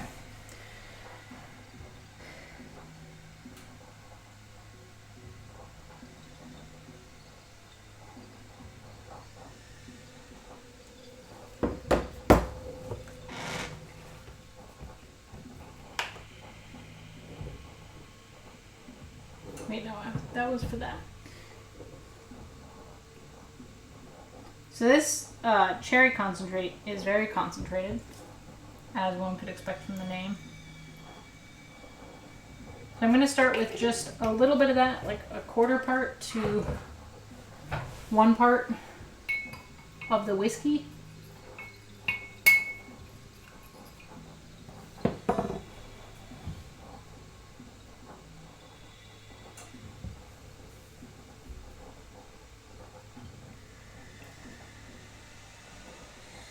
Sorry, I just had a very visceral reaction to that because it tasted exactly like cough syrup. No, that's... No. Mm-mm. I do not like this. It's weird. Sorry, why I keep saying sorry about... Normally I don't care if I'm roasting something on stream, like Bailey's. I hate Bailey's. It's disgusting and it should go away. And I know that's a controversial opinion, but I don't care. But I feel like I was rooting for you, Ritual Zero Proof, because I very strongly believe that we should have more non-alcoholic options. I'm making a very deep speech while there's like super intense spooky music playing. But we should have more non-alcoholic options. We should have more low alcohol options. As much as I'm a cocktail streamer, I'm probably the first one to say that people drink a lot and probably too much, and making fun and fancy drinks shouldn't always involve alcohol for a variety of reasons. So I was like really excited about the fact that there have been more and more non-alcoholic drinks and more like mocktail folks in the world, and it's great. I have some critiques of mocktail TikTokers, but that's an entire rant for a different day. But this does not taste good. I'm sorry. I trusted you. This has like a syrupiness to it, and I think it's the xanthan gum is my guess. Like texture, it's such a different texture than whiskey. Like if you've had like a good whiskey or bourbon or even like a scotch, it has like that smoothness to it, and this is like syrupy. It's like syrupy cinnamon. It's like cinnamon syrup. It's basically cinnamon syrup. Like if I put this cherry juice concentrate with scotch right now, it's banger. If I put it with this, it's like, it's the smell. It's like, no, I don't like this.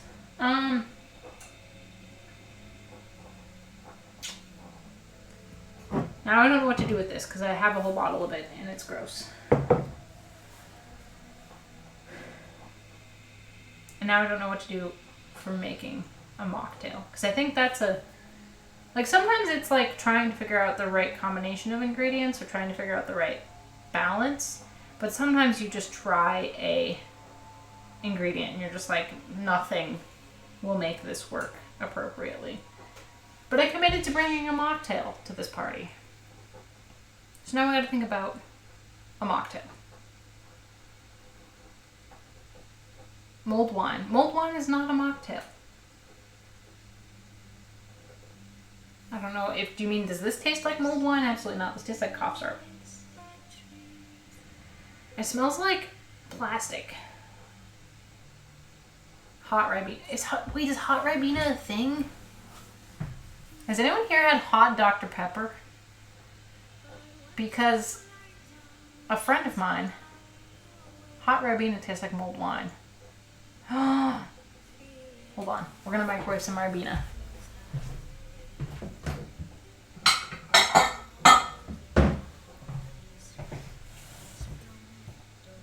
This is disgusting. I want to banish it to the shadow realm.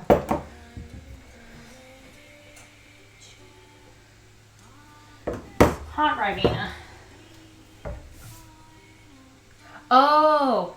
Boil a kettle. That makes sense. It's gonna be loud though, but I'll put my kettle on.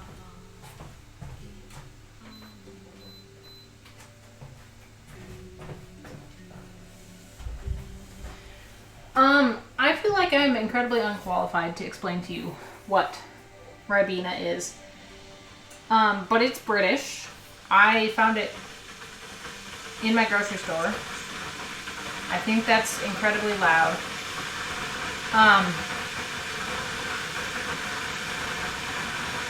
It's British and it's blackcurrant and it's just concentrated juice. Is that too loud? Maybe I need to have an ASMR moment up by the mic and be like, hello. This is why I didn't want to boil my kettle. Let my kettle boil. Give me a second.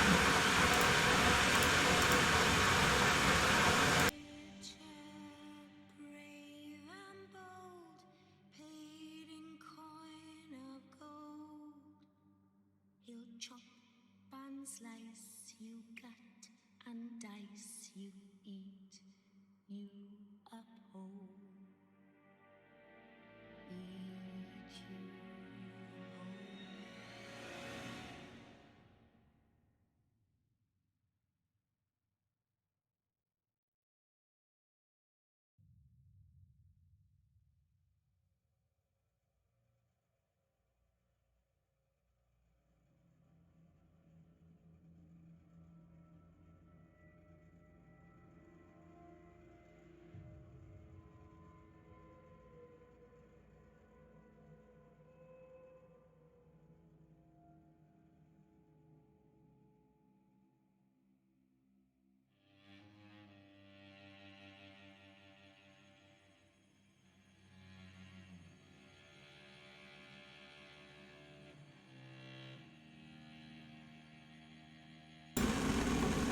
Okay, it got to 175, which is not boiling, but it's close enough. It's green tea temps.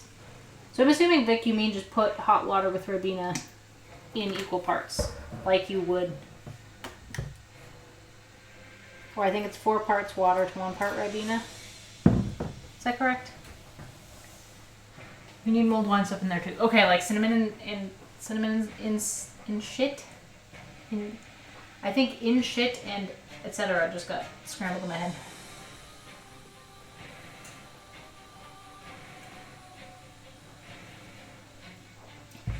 Yes, yes.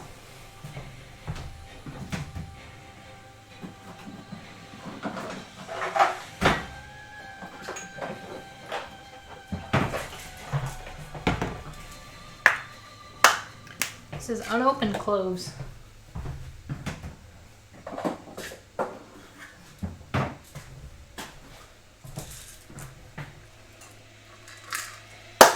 I do have a ton of cloves because I did the thing where I bought.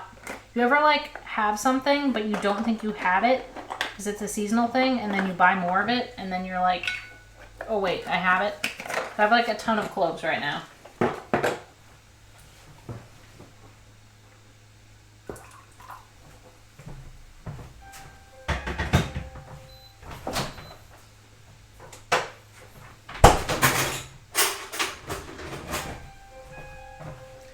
And what I just said about using juice concentrates, if you use orange juice concentrate, you can buy the like frozen stuff. Which, is frozen orange juice a thing? I'm once again referring to my non-UK people. Like, can you buy like frozen OJ?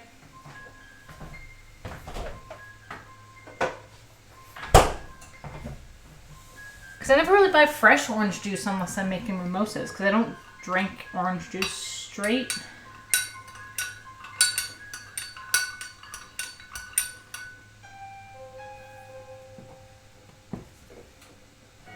I feel like it's really fun to have this super spooky music while we're talking about orange juice. Oh, it smells amazing. Also, like that I'm drinking out of a Pyrex.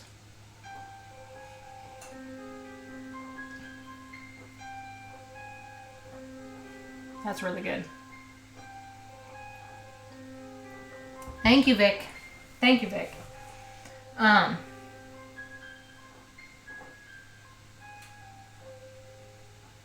Yes, your brain is massive. Now I just realized I can make 2 different, both of the cocktails that I bring, well, the cocktail and the mocktail that I bring tomorrow. If I do this, I think, I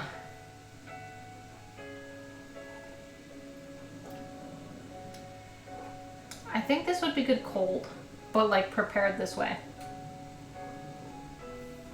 Like mulled Ribena with maybe, I have a bit more lime in here. A little splish splash of citrus.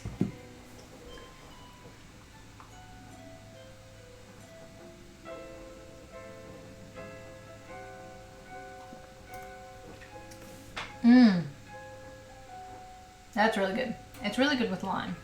It's almost like a hot toddy. It's like miles better than this weird stuff. What if I just put the cherry juice in it as well? Make it... I just love the concept of this being black cherry. And this stuff as well, this particular brand, which I'm assuming non-Americans don't have access to. But it's Montmorency cherry juice concentrate. And it is so nice, and it kind of has like that like kind of sweet spice undertone that cherry does. Oh yeah. Even better with the cherry. Okay. So for the mocktail, oh no, I spilled. The mocktail, I got overeager. I'd say, is it the same ratio, right? Which is 4 parts water to 1 part Ribena. Also, Vic, I'm not calling you out, but you're British. Dilute 1 part squash with at least 4 parts water. Why is this squash? Why is it called squash? Because it's like squashed berries? Like, I've never heard that use of squash. So it's like what's weird to me. I'm like, why is this called squash? Squash is a vegetable. But 4 parts water to 1 part Ribena. And then we were going to add some orange juice concentrate, some cherry concentrate,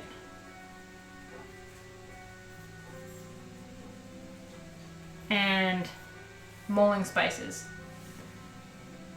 You don't know why it's called squash. Dilute juice is called squash. That's interesting. It's also interesting that you called dilute. That's so... Language is cool. Because I would say, I guess I've never heard something called dilute juice. I would say the juice is diluted if you add water to it, but I've never heard the like inverse of that. That makes sense. But you also call like squash, like the vegetable squash, right? Squash is squash.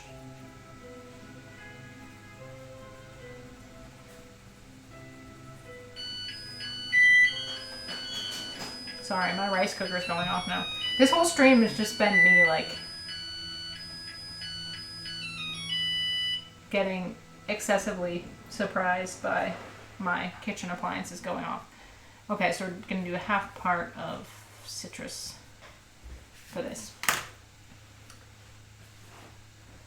I know, isn't that the cutest? What is that? What is that jingle? When you start it, it plays Twinkle Twinkle Little Star. It goes da da da da da da da da da da.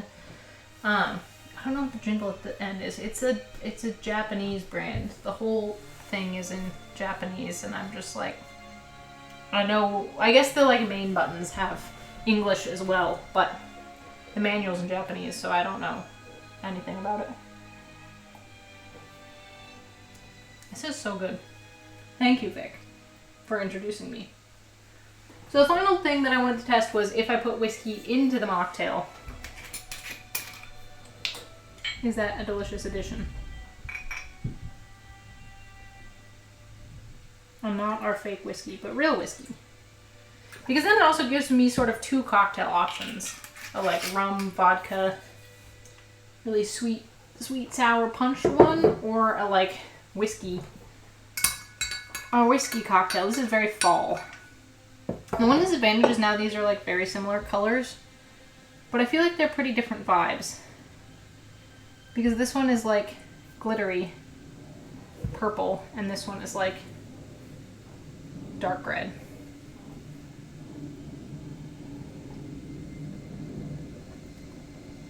Ooh, it's delicious with whiskey.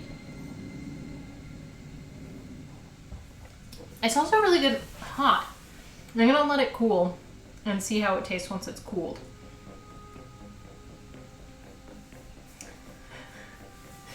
Thank you. I feel like I'm gonna be forever in your debt, Vic, of hot Ribena.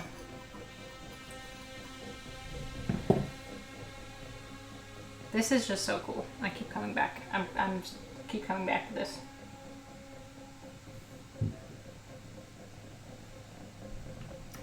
I feel like I need a little bit of water. This is like very alcoholic.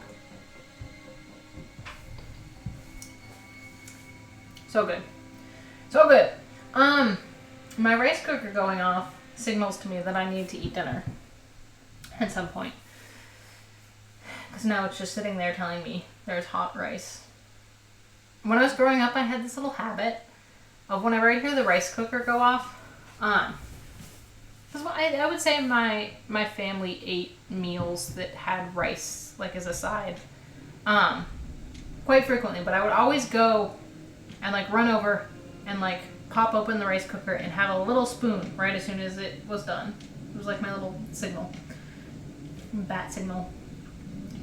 Thank you for coming, and let me know how the cranberry apple cinnamon mocktail goes.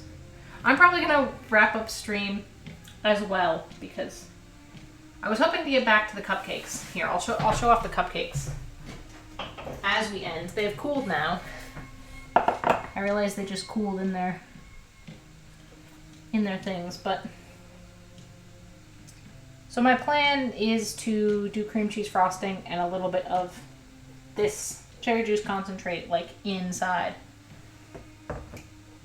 Hold on. Like I said, I was going to end stream, and then I'm like immediately like, I'm not going to end stream. I'm going to test on this little one.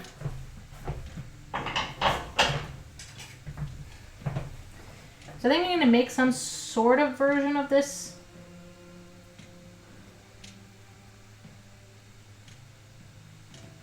This cherry concentrate, I'm probably going to combine with like a little bit of cornstarch and water or some fruit or something.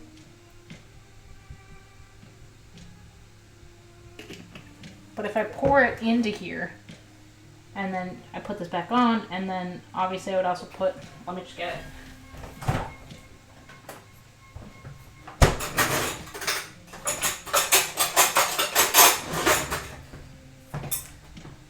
Because I have this much frosting, so I'll be able to pipe a nice little swirl of cream cheese frosting onto each. So let's just imagine this was nicely piped, because I'll probably pipe these tomorrow so that they're fresh.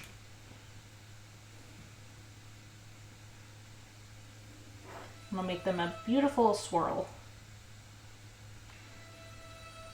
instead of this nonsense. Does that work? Why is this? It's like white balance is like killing me. Okay. Let's have a taste. I also forgot to mention that I absolutely loathe the taste of cream cheese frosting. So this is not my go-to. We do have a little bit of the like cherry juice concentrate bleeding through. But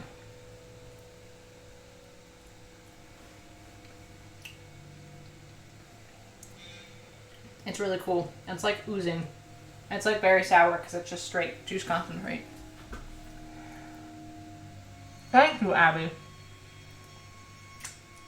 Also, these cupcakes are delicious. I don't like cream cheese frosting. But I have it and other people like it. So I think I'll try to take a cute picture when I do my cupcakes tomorrow, because we didn't end up doing them on stream. But I feel like it probably works if I just do them tomorrow, because then they're fresher than if I were to do them. Also, I've been like streaming for like 2.5 hours, and I need some food in me. Okay, that's all. That's all for stream. That's all for now. I hope you all enjoyed. I feel like I've been enjoying kind of just streaming whatever random stuff I have. I mean, last week we were doing more of a classic Ender Potion stream of like developing cocktails and like on a particular theme.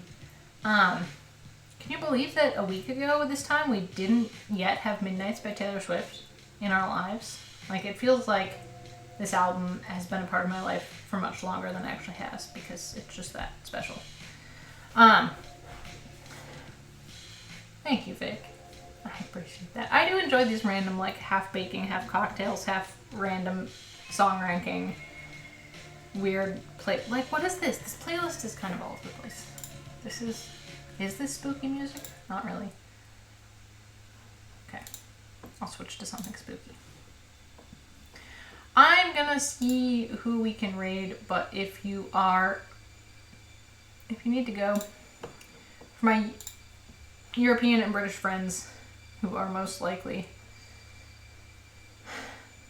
late, tired, who should we raid?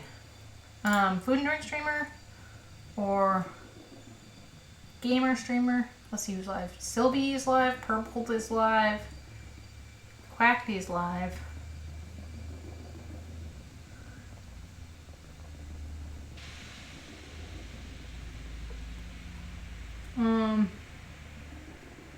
Jojo is going live, it looks like. Or anyone else you should raid. I want to raid Sylvie. I've never raided Sylvie before. Hold on, I'm just gonna click into stream. That's the one thing that's like hard to like raid people. I click into stream and the first thing in chat is, have you tried Aperol? So I feel like this is my summoning.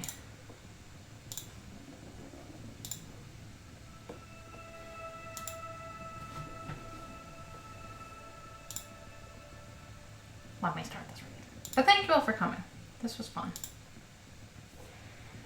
And I will let you know how the cupcakes go, and otherwise I will catch you all next time. And have a lovely rest of your day. Bye.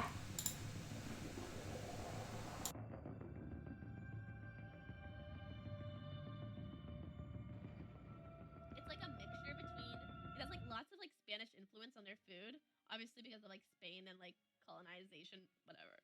But like, I feel like that kind of did enough.